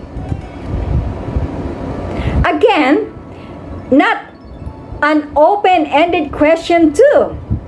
Simple. Does not require critical thinking.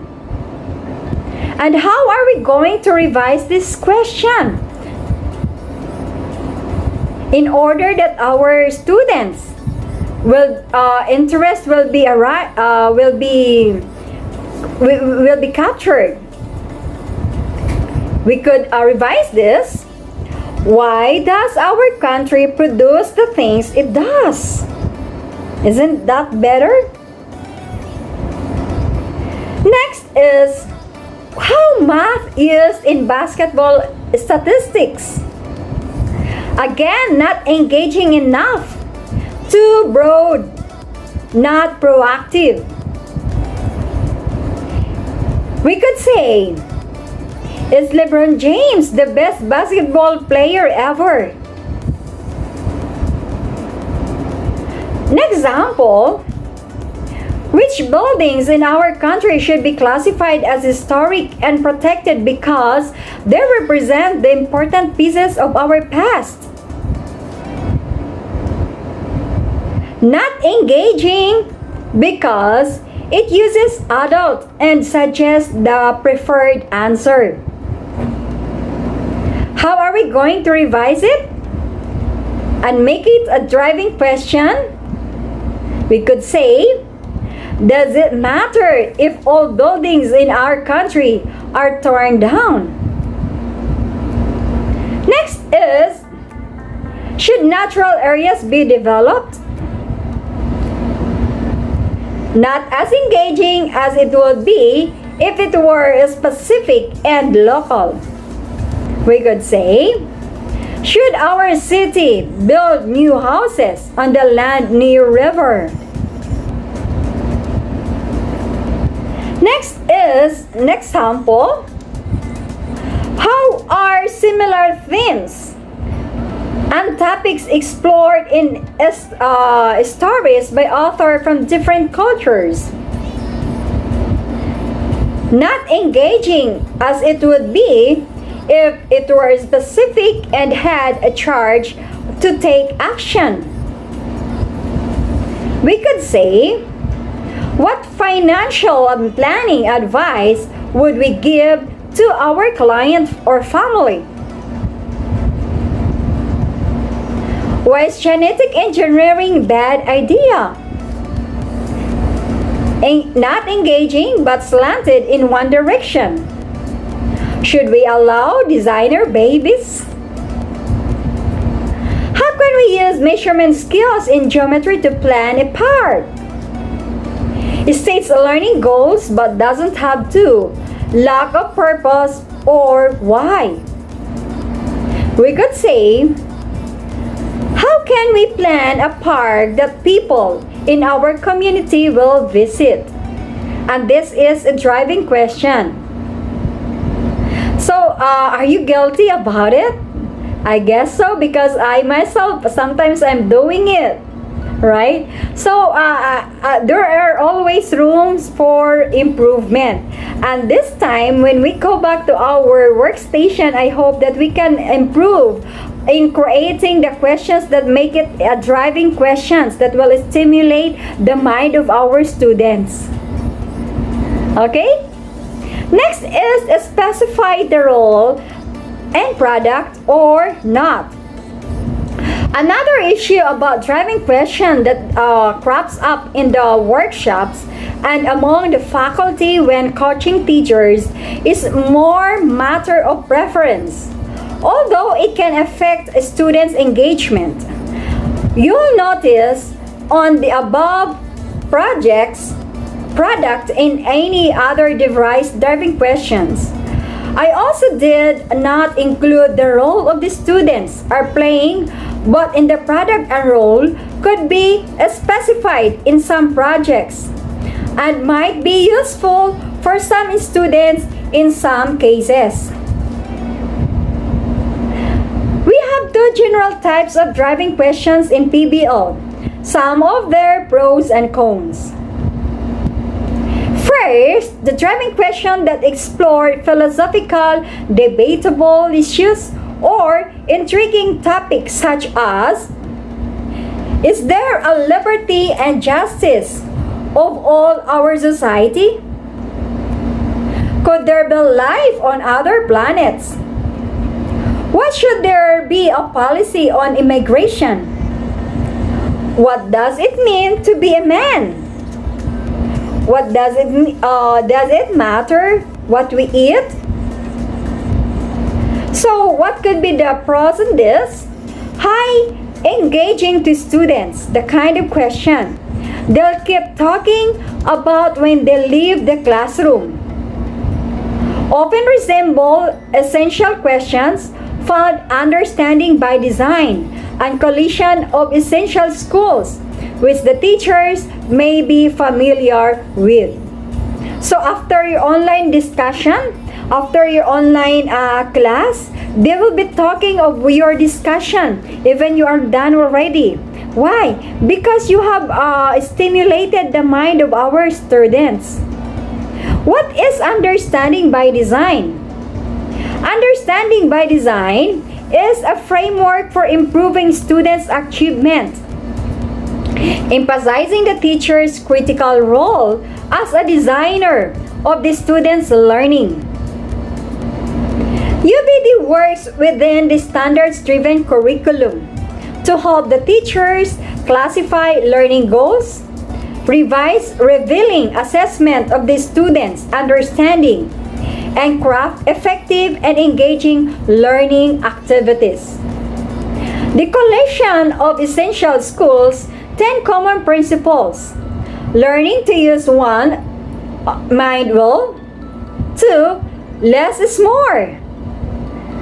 Depth over coverage. Goal apply to all students. 4 is personalization. Demonstration as workers. And then we have number 6. We have, for the number 6, demonstrations of mastery. Number 7, tone of decency and trust. 8, commitment to the entire school.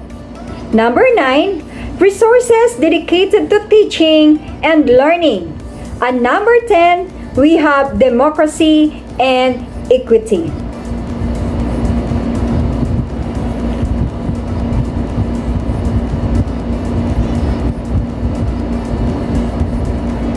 Next, we have the driving questions that specify the products to be created or problem to be solved, to which the student's role may be added, such as: how can we protect the endangered species in our area? How can we reduce bullying? How can we create a guide of our community in new immigrants? How can we, as historian, create a podcast to tell the story on our city? So, The prose, easier to write. Whole focus on our students and their task in a project. Roles define in a kind of thinking we want for the students to do as historians, as a scientist. Add a real world element and can be as good a career exploration.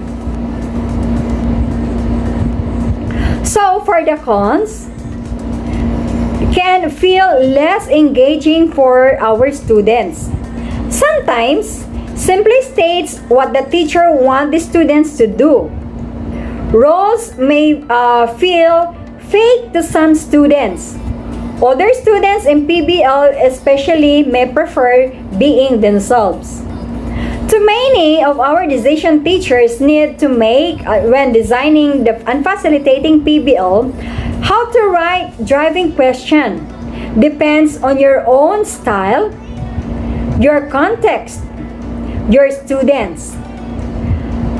Lean toward the students' engagement as to the most important criterion.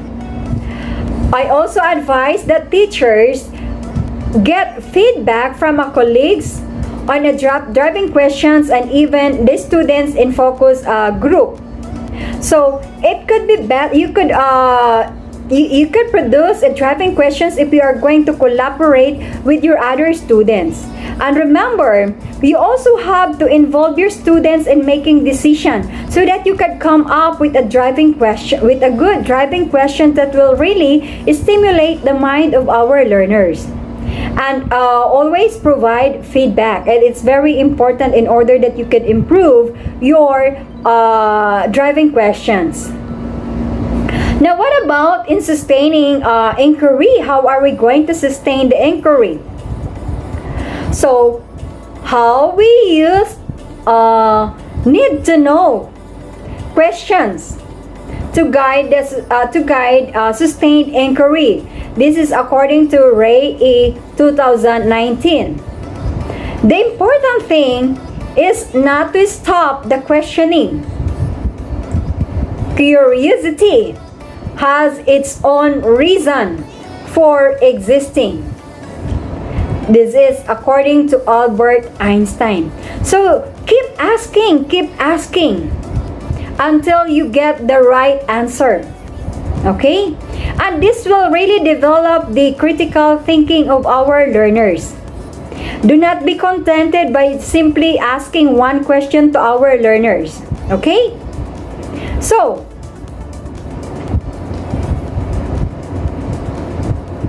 in engaging, inquiry means being comfortable living in uncertainty.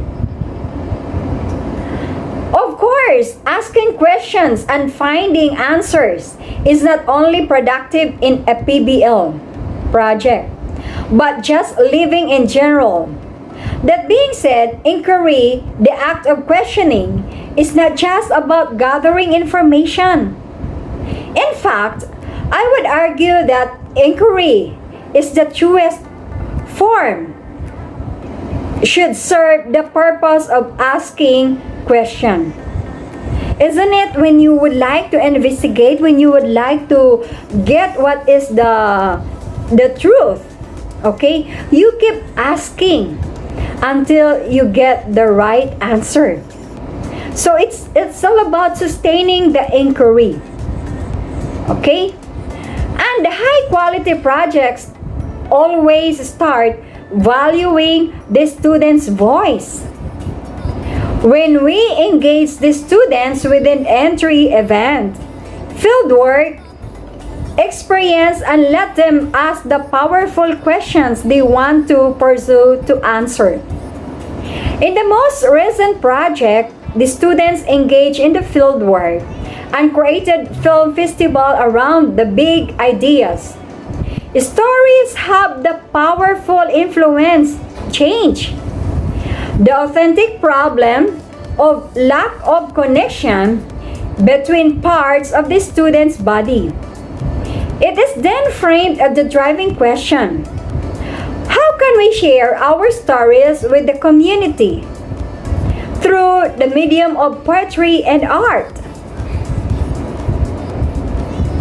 So we have this, what we call the QFT, or question formulation technique.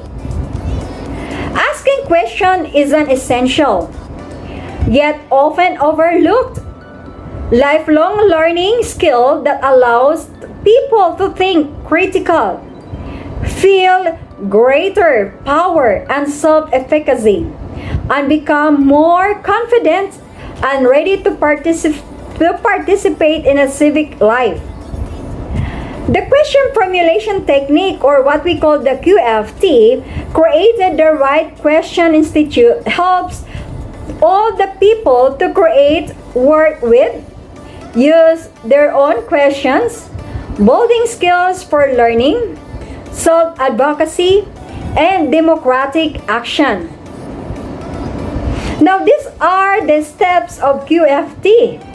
The steps of the QFT are designed to stimulate the three thinking, which we have the divergent thinking, convergent thinking, and metacognitive thinking.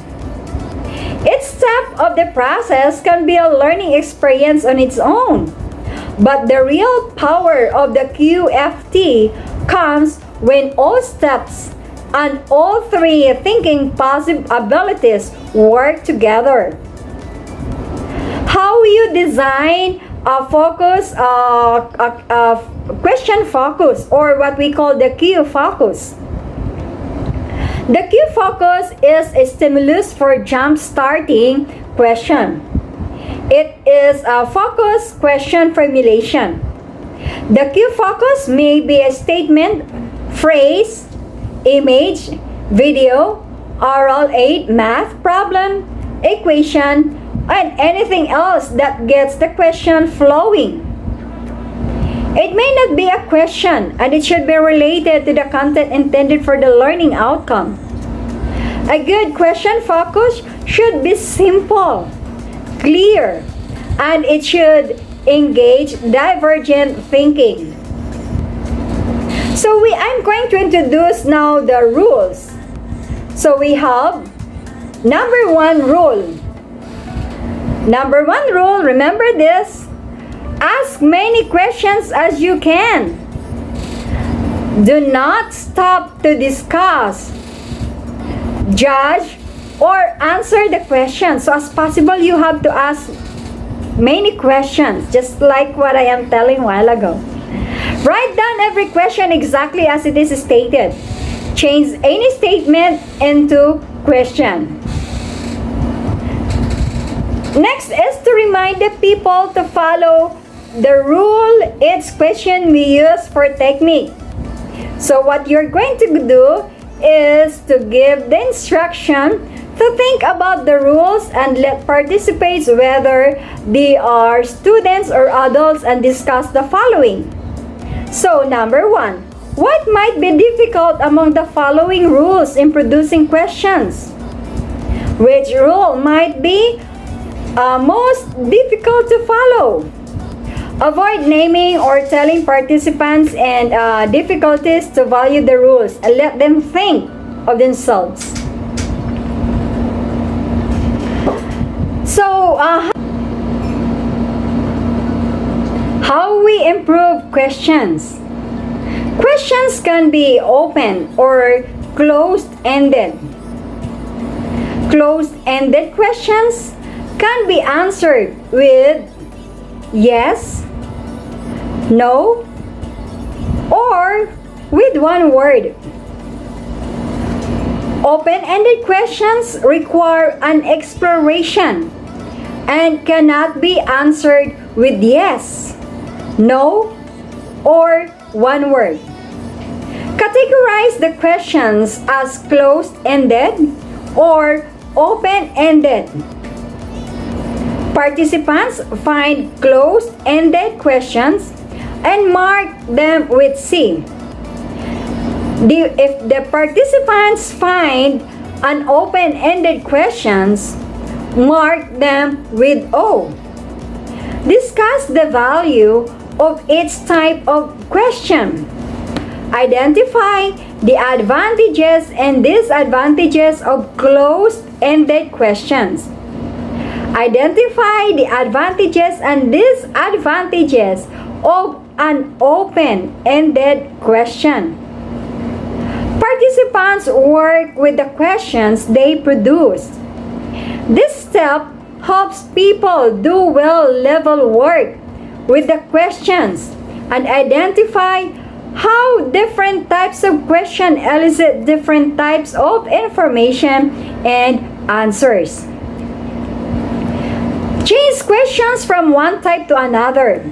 In other words, change one closed-ended question to an open-ended question.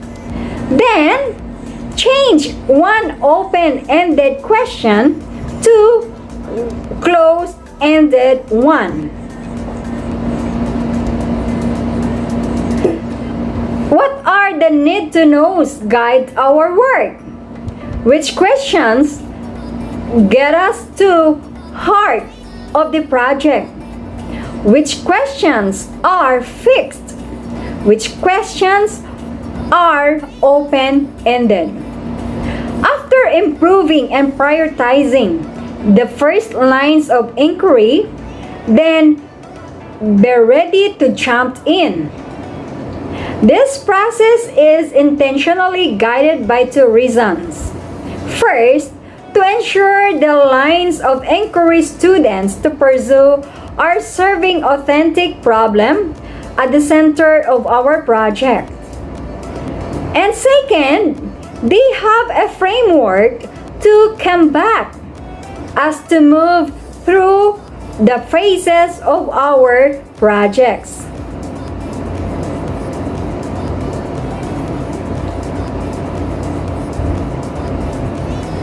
So the project wall helps to organize the sustained inquiry that will be central to the learning during our project.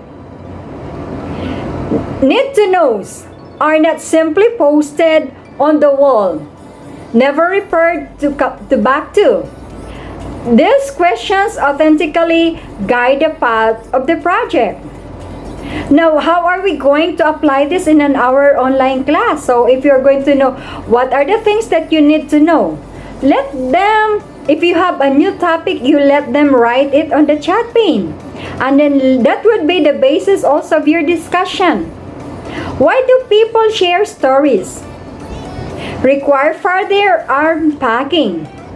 We cannot find the answers to these questions without asking more. So, if one question, if you would ask the people, why do people share stories? If you could not get right away the answer, then you have to unpack, you have to ask several questions in order that you can derive to the right answer. For example, from a guiding question, why do people share stories? More questions will be elicited, such as, how do we learn about ourselves? How can we learn about each other? What is the value of multiple perspective? How can we entertain others with our writing? Students are drivers of where and how to pursue the answers of these questions. What other questions we ask? The project wall is an interactive tool that students use to manage the project and keep track. Need-to-knows have been answered. What the questions required further exploration? So, you know what, in several trainings, I have observed some of the trainers that make use this strategy. So, what do you need to know? The trainer will ask, what do you need to know? So, the participants will just post on the wall. But in our case, we are in the pandemic and there is no face-to-face. So, what you may ask for your students, what do you need to know? So, you let them write on your chat pane, or you may work with what do we call this? There is an application in in the Microsoft that there's an application that you can make use of this, wherein they are asked to write, and you can make a bubble, and this from the output of this projects, this will be the basis of where you can discuss your topic. And this could be the basis where you can always go back if you were able to achieve, or if you were able to answer, or if the students were able to answer their need to know posted in a particular platform. Now, these students are drivers, okay? So they know, as I have told you a while ago, that our students are great designers of their own learning, of their own interest. So many lessons or workshop and independent research are the main levers in how we find the answer to these questions. The role of an educator is to step in just right time when the students are pushing the boundaries of learning pit. When we are struggling to answer a question as class or independently, these levers provide the most meaningful instruction. What are our next steps when the answers to these questions have been found?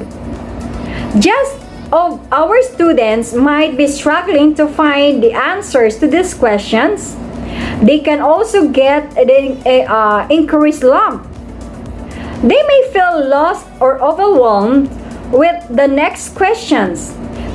Big, open-ended questions can cause frustration. How we know as a team that this happened, and we need to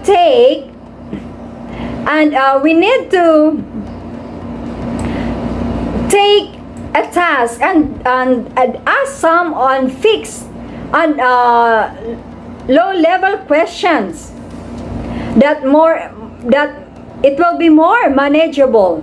Satisfying these questions with a different questions pose it markers a critical thinking for our students and let them understand the process until we derive to the right answer.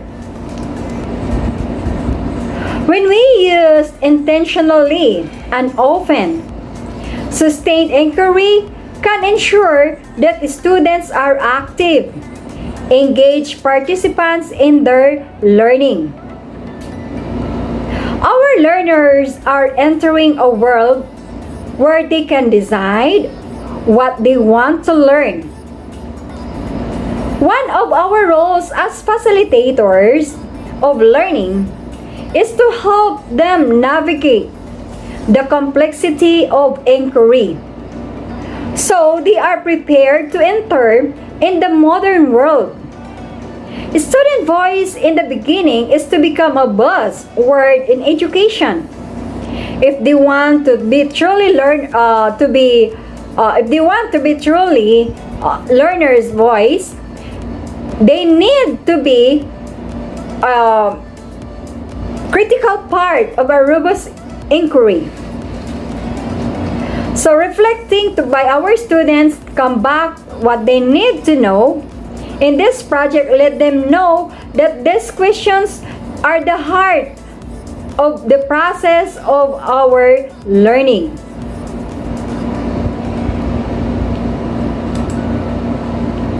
What does it take for a project to be authentic? Let us take this quiz. Which of the following could be called as authentic project? Students learn about endangered species in their region and take action to protect them, including a public awareness campaign, habitat restoration, fieldwork communication with the local government officials. On letter B, students design or create a calendar with pictures and information about endangered species which they sell and bring community event and donate the money to an environmental organization. Letter C, students play role of scientists who need to make recommendations to an environmental organization about how to protect endangered species in various ecosystems around the world. To authenticity purists, a project is not really authentic unless it is in the real world connected, directed to the lives of the students and real issues in their communities. And it is very important that we always have to connect our students to their communities. And as a teacher, you should have also to be connected with the communities in order to know what are the different resources, what could be the different projects that you can ask to do for your students. At this time of pandemic, we are limited to expose ourselves in the community. Likewise, as well as our learners. So what you do, you can do an online survey. You can do activities online, not making our, not compromising the health of our students. So all of these activities can be considered as authentic activities. So all the activities that I have mentioned from A to C are considered as authentic activities or authentic projects. Now, when can we say that a project is not authentic? A project is not authentic means work the students does not resemble kind of work does in the world outside of school, or it is not intended to have an effect of anything part project in an academic purpose. So it's not an authentic project. John Larmer, the author of this project, the author of this PBL, one of the writers of the PBL, John Larmer is an educational consultant writer. He is the editor-in-chief at the PBL works on many years. Not authentic project would involve the kind of assignment students are typically given in school. Compose an essay, create a poster or model, write a present book report, make a PowerPoint presentation on a topic they have researched. Beyond their teacher would be their classmates that there are no public experience for the students' work, and no one actually could create the work that they would like to do for the people in the real world.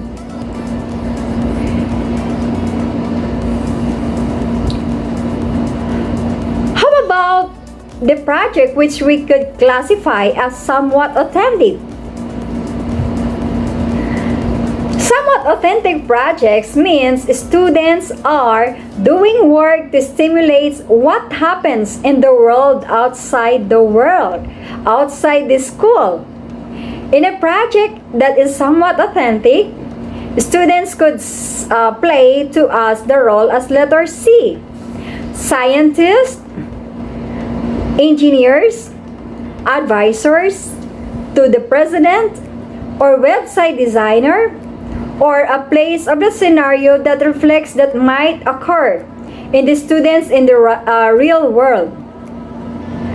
Or students could create products that although that they are actually going to be used in the people in the real world, and are kinds of products people do use.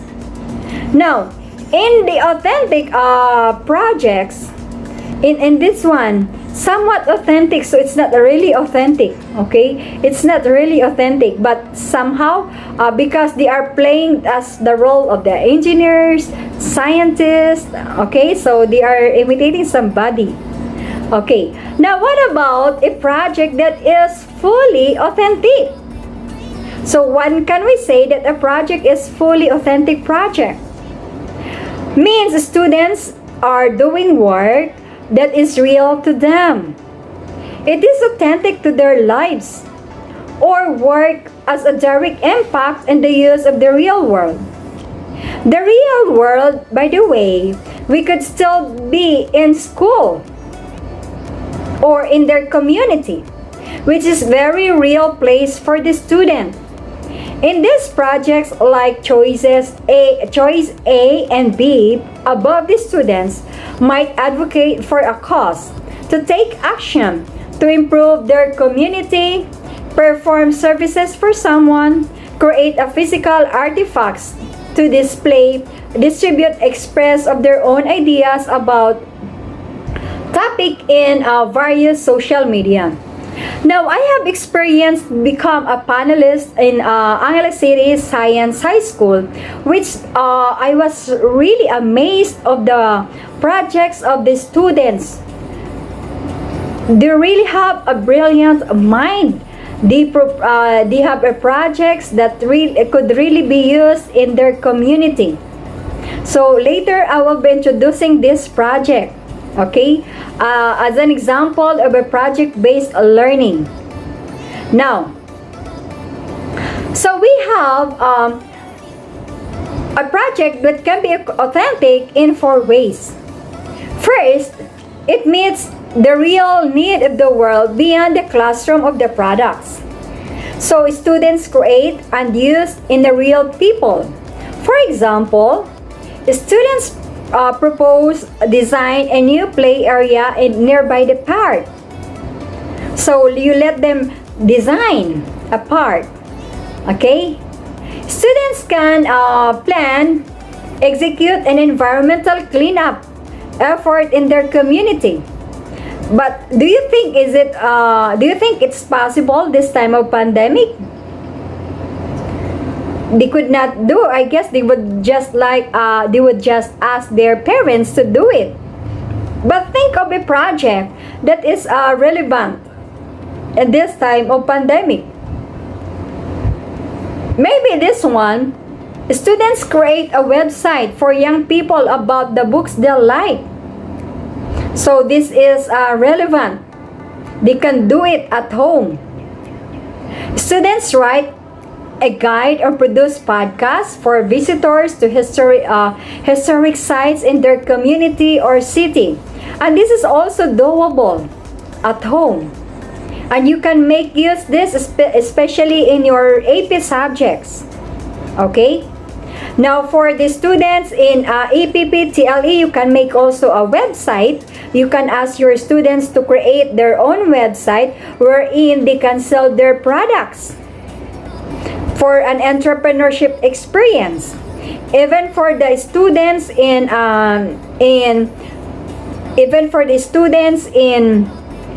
special science class, or those students who are taking STEM, they can also create a website product wherein they can market their products. Okay? So we have several authentic projects that our students will really love it.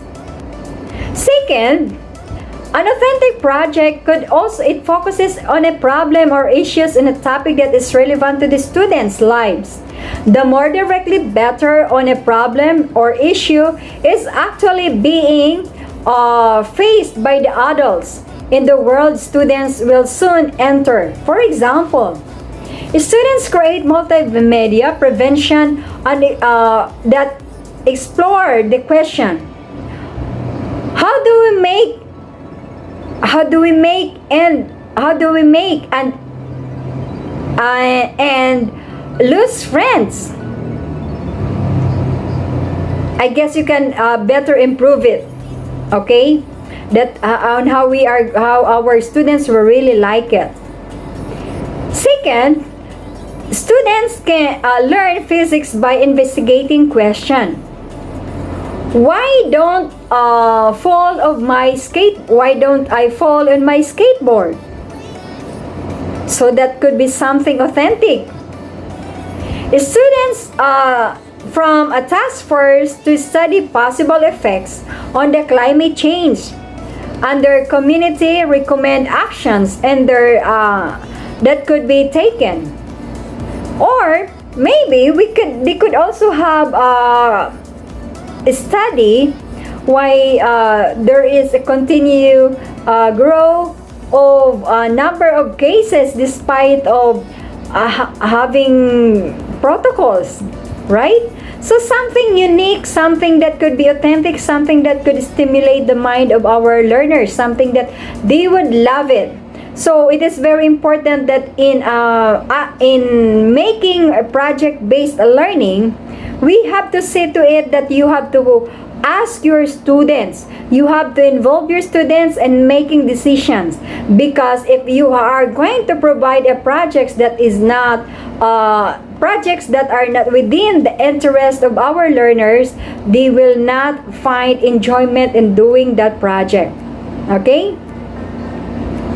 So, for number 2, in addition to that, we have students decide whether the government should intervene in conflict in some other provinces that is causing a humanitarian crisis.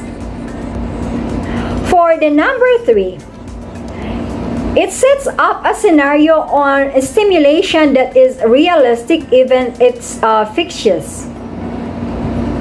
For example, students act as architects who need to design a theater that holds the maximum number of people given a constraints of available land cost, safety, and comfort. New students are asked to propose ideas of a new TV reality show that educates a viewer about science topics such as evolutionary biology and climate change. Or you may ask also your students to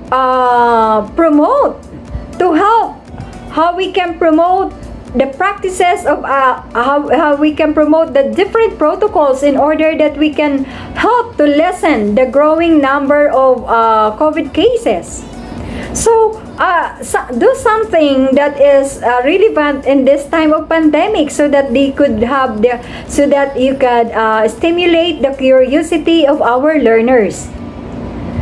For number 4, it involves tools, tasks, standards, or processes used by adults in real things and by professional in order in the workplace. This criteria for authenticity could apply to any above of the projects. For example, students investigating the physics skating board test various surfaces for the speed using scientific method and tools scientists use. And students exploring the issue on how we make and lose friends. They could conduct surveys, analyze data, record video interviews, use online editing tools to assemble their presentations. Or they themselves may conduct how effective having an online class this time of pandemic, or how were they able to, how effective using the modular education or modular distance education this time of pandemic. So several questions that they could ask in order that we can produce authentic projects.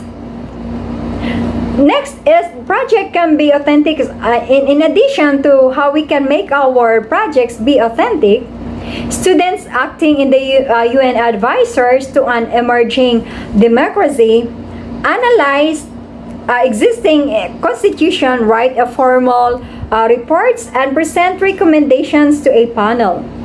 I agree that fully authentic projects are often the most powerful and effective ones because they are so engaging for some learners. I agree that fully authentic projects are often the most powerful and effective ones because they are so engaging for students and allow them to feel like they can have an impact to this world. So, the more of them, the better. But if you can't get there yet, don't feel like you are failing the authenticity test in your project. Some is still better than none. So, if you think you have failed in this authenticity project, then try and try until you get until you get the most authentic project. Okay? What is important, you have tried your best. But see to it that you can have the authentic project so that the students could also find significant for themselves, that they could be relevant to their real world. So, then the next is the standard PBL student voice and choice. Like a lot of things about PBL, student voice and choice sounds simple on the surface, but deeper layers if you drill down. John Larmer said, to consider some new aspects of the essential project element. In some deep thinking, there were some teachers studied about this PBL. They have also shared their experiences. In learner-centered teaching, we always consider the voice of the learners. The voice of the learners, the voice and choice of the learners. It is so important that you have to consider the voice of the learners. The decision must not only be coming from the teacher, but you have to involve your students. Do not be an autocratic teacher. Do not be an autocratic teacher that all the decision will be coming from you. Practice balanced power. Listen to the voice of your learners. Listen to the choice of your learners. Consider the choice of your learners. Because from there, they will find enjoyment in making a project-based learner. And they could also be successful because they will love what they are doing. Okay? So, for the next one,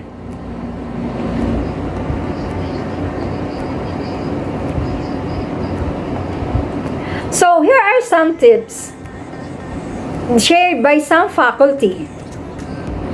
Consider the purpose in giving the students voice and choice. Voice should be limited at times. Otherwise, if you always have also to consider the voice of and choice of the teachers, then you could not finish or you could not achieve your objectives, because what should be followed are always the students that could make their work easy.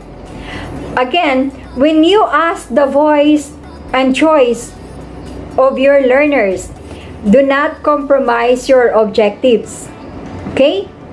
Too much choice can be paralyzing for the students to provide scaffolding. So this is what I am telling.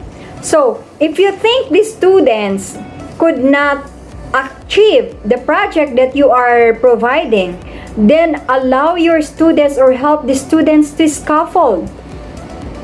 Okay? Create a list of the products, options with the students, so not let them feel like being over-directed by the teachers. So, again, give them choice, not just give one project, but give several choices in order that they will feel that they are part, that they will feel that they are the one who have chosen these projects, not you as a teacher. Because as a teacher, your role is just to facilitate them, to navigate them. Find out what your students are interested in, a conduct survey or inventory at the beginning of the year. And this is the reason why it is important that as a teacher, you should know the interest of your learners. So you know what are the different projects that are suited for the learners, for your learners, knowing that we have a diverse learners. Knowing that our learners are unique and they have their own interest. If you are new to PBL, then you have to create opportunities for the voice and choice before you launch your project. So, if you do not know about PBL, then don't be shy to ask, or you just read it, and you will be and later you will appreciate the effect or the result of applying PBL. Okay? So, the next is the power of reflection.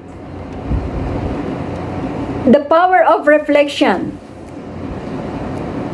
How to manage student reflection? Reflection is an important piece of PBL process. But what happened in this project just sealed the deal on how important truly is. Was the curiosity what students thought of this project? What went well? What could be made even better of the next project? As a teacher, it is important for us that we have to reflect at the end of the day or at the end of the lesson. If you have provided an activity to your learners and many of your learners did not get what you want, did not get the objectives, you have to reflect. What went well? What went wrong?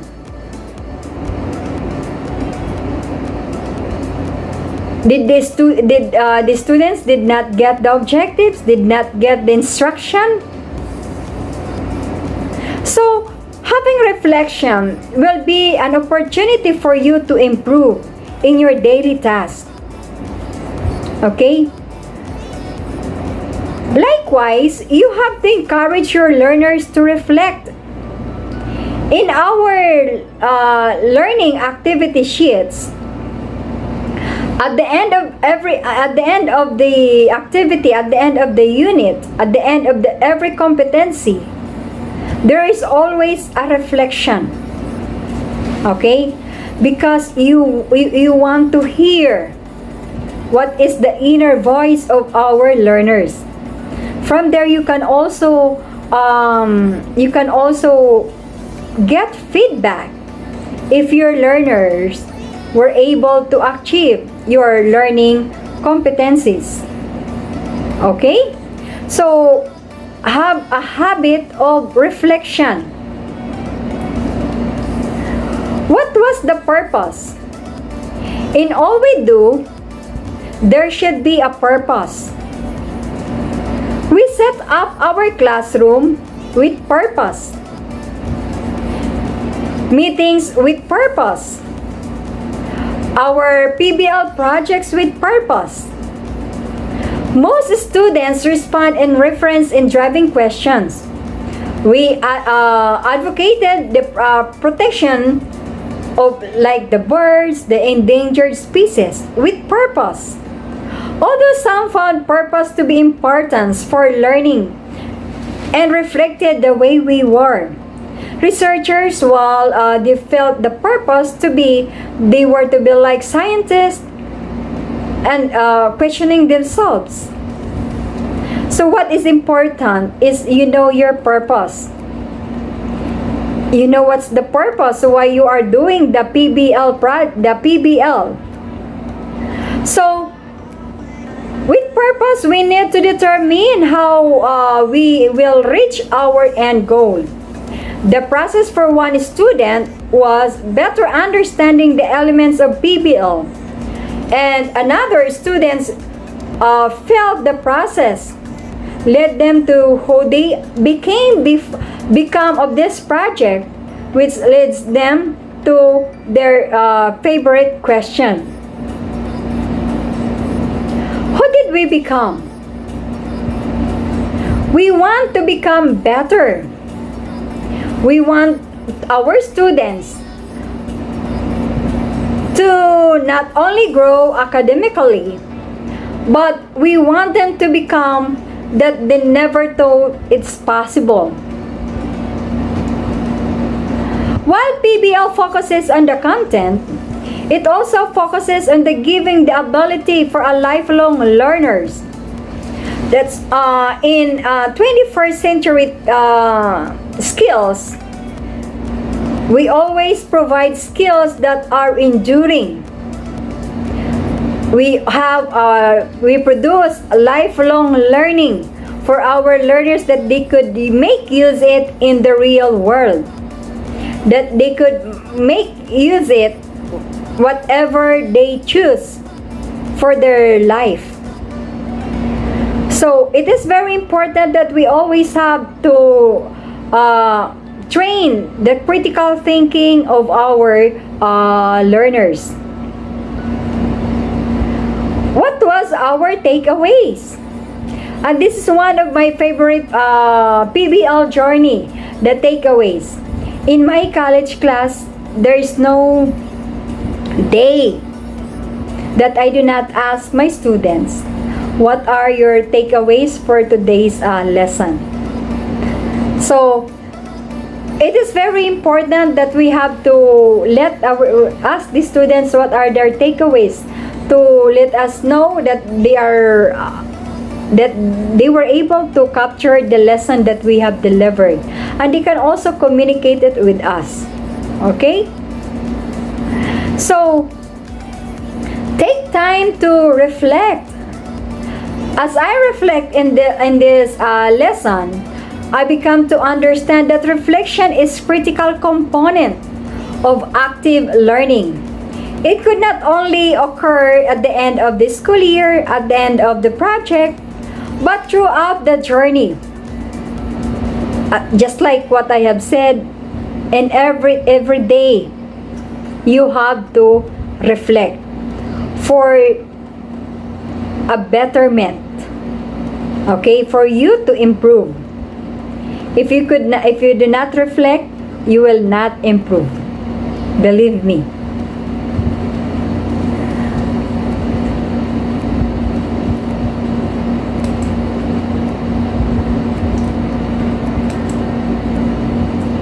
So we have here now the gold standard PBL, project-based teaching practices. When transitioning to PBL, one of the biggest hurdles of many teachers is the need to give up the degree to control in the classroom and trust in their students. Guide on the side, then on the edge of the stage. This most certainly does not mean that teachers do not teach. In PBL classroom, many traditional practices remain, but they are framed in text or project.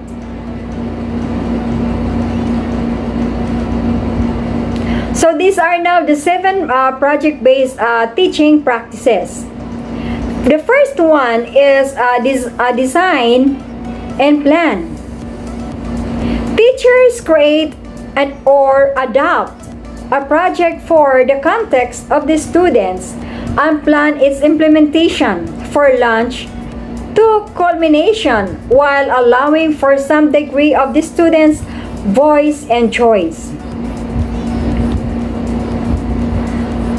I believe that teachers are great designer and planner of their own lesson. for our learners. So they have to plan. So in planning, we have to include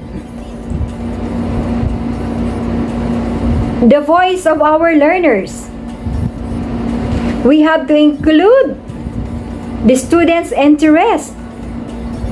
When planning it, we have to consider what is best for our learners, not what is best for us teachers. Okay?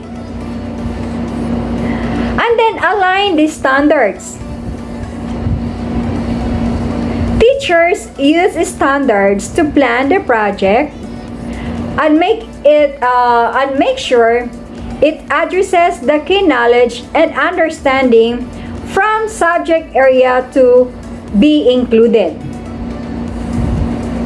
Align the standards. When you are planning, when you plan your weekly home learning plan, where do you write your learning, where do you get your learning competency standards, your learning competencies? Isn't it we make use of the most essential learning competencies, or the curriculum guide, So when you create a project, that should be within the standard of the curriculum. You did not design a project because you will benefit the project, but it should be within the standard and the students will benefit the project, but not you as teacher. Okay, so everything should be aligned with the standards, and we could not, the curriculum guide is non-negotiable. The standards are non-negotiable. If you think that whatever we have in our curriculum guide, if you think these are not achievable, then do something else. You have to contextualize your lesson. Okay?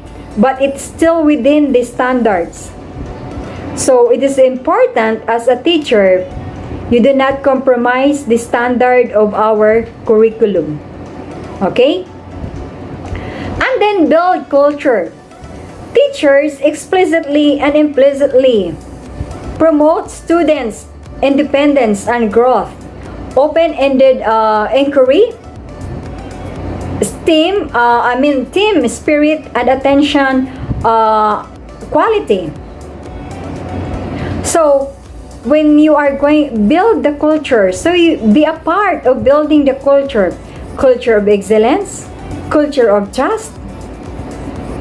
What else? So you should be an agent of change. Okay? So the next one is manage activities. Teachers work with students to organize tasks, schedules, set the checkpoints, deadlines, find and use resources, and create products and make them public. So manage activities. Okay? And then scaffold student learning. Teachers employ the variety of lessons, tools, and instruction strategies to support all students in reaching the project goals. So it is very important that we have to scaffold the students' learning. As a teacher, you don't need for you to do the spoon feeding because it's no longer applicable today. So if you think that your students are not learning, help them to scaffold until they reach to the next level. You make use of the different strategies wherein it will help our learners to go to the next level. You have to consider also the prior knowledge of our learners in order that they could connect to your new lesson. Okay? Make use of different appropriate strategies in order to scaffold the students' learning to make them go to the next level. And then assess the students' learning. Teachers use formative and summative assessments of knowledge and understanding success skills and include self-peer assessment or team or individual work. So it is very important that we have to assess the students' learning. We have to assess prior to our teaching. So we have the pre-assessment, assessment during learning, and we have the summative test or assessment after learning. So we do assess in order for us to know if our students are capturing the objectives that we are trying to deliver to our learners. Were they able to achieve the objectives? Were they able to perform the task that you are asking them to do? So by means of providing assessment, you will be able to measure the learning of our learners. And the next one is you have to engage yourself and coach.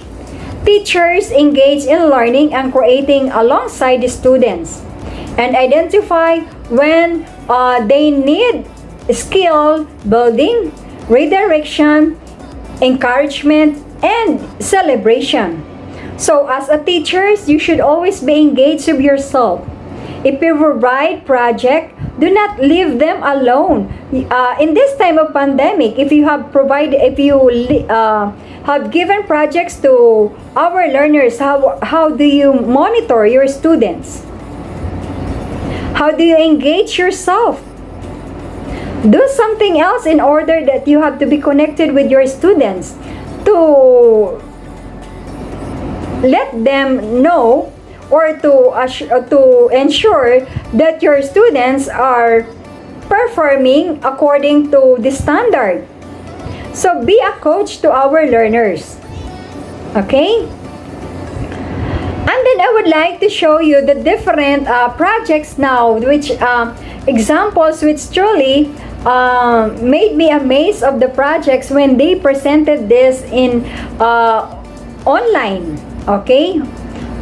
So we have this project. What is this? Abacada. Okay? Abacada apparel. Actually, I have questioned this Abacada apparel. But what they are just at start, they are introducing the face mask made of abaca. Okay? So, sabi ko, why it is apparel? When we speak of apparel, we are referring to clothes. We are referring to clothes and then you are only introducing face mask. According to the students, we would like to expand our projects after this face mask. Their face mask is just introductory project. So just imagine how creative are the minds of our learners. So they have this Abacada apparel. The next one, these are the projects. I would like to give credits to our students in Angeles City Science High Schools, Angeles City Science High School, under teacher Mr. Kalma. I have appreciated this project. So the second project which captured my attention is iChase. So this project iChase is making it's just like a what do you call this when you are going to the mall, a tracing device of our student, a tracing device. Okay, so this allow you to trace for victim or for the COVID infected of this device. So they call it as iChase. Okay, and then the next one is the Lipel bag. Lipel meaning from a palay, papel, bag. So lapel bag, isn't it catchy? So they made use of rice straw to make it on the paper to make a bag. So this is to protect our environment. Okay, to protect our environment. So this is what they call the lapel bag, and this could be also considered as a project-based learning. Okay, look at how creative of the mind of our students, how good they are in designing the different projects. Okay, so the next one, the best project that I really like most is sip and grow. Okay, sip and grow. So sip and grow, this is a straw which you are going to sip, and then when you throw it away, there is a seed in it, and that will just grow. Okay, so unlike using the straw, this is exactly different of the straw that you used to sip, and when you throw it away, that will endanger the life of the life of the animals. Okay, and this sip and grow is an environmental friendly straw that is made of paper, and then when you throw it away, there is a seed that contained in that paper, and that when you throw it, that there will be a seed growing from the straw. So just imagine of that, no? Only these are just young learners, grade 12 learners, who could have create that kind of amazing projects. Okay, so there are several projects that you can introduce to our learners. Okay, there are several projects that they can introduce. So make your project relevant. Okay, this time of pandemic, never ask our learners to do projects that are not doable at home. Okay, because we are still in pandemic. Do not compromise the health of our learners. So, project-based learning is a real learning experience. It is an integrated learning approach. A project is meaningful if it fulfills two criteria. First, a student must perceive as personally meaningful as a task and matters that what they want to do well. Second, a meaningful project fulfills an educational purpose. Well designed, well implemented PBL. This is according to Rajiv Ranjan. Before I end my talk, I would like to share this presentation with you. You may ask the admin of the PDPC, or the Philippine Philippine Continuing Professional Development Incorporated. I would like also to express my appreciation to them, okay, for inviting me. This is for me an opportunity to share my experiences. So I have also discussed the innovation and education, and you can also get the slides, and I'm willing to help you. Okay, and so that when you go back to your workstation, you can do your innovation on education and project-based learning. And finally, when teachers and their students are connected through project-based learning, the world becomes an indispensable curriculum resource. So this is from Rajiv Rajan, and thank you so much for participating, for attending this training entitled Capacity Training on Innovation Education and PBL for teachers and school heads. God bless everyone and stay healthy and safety.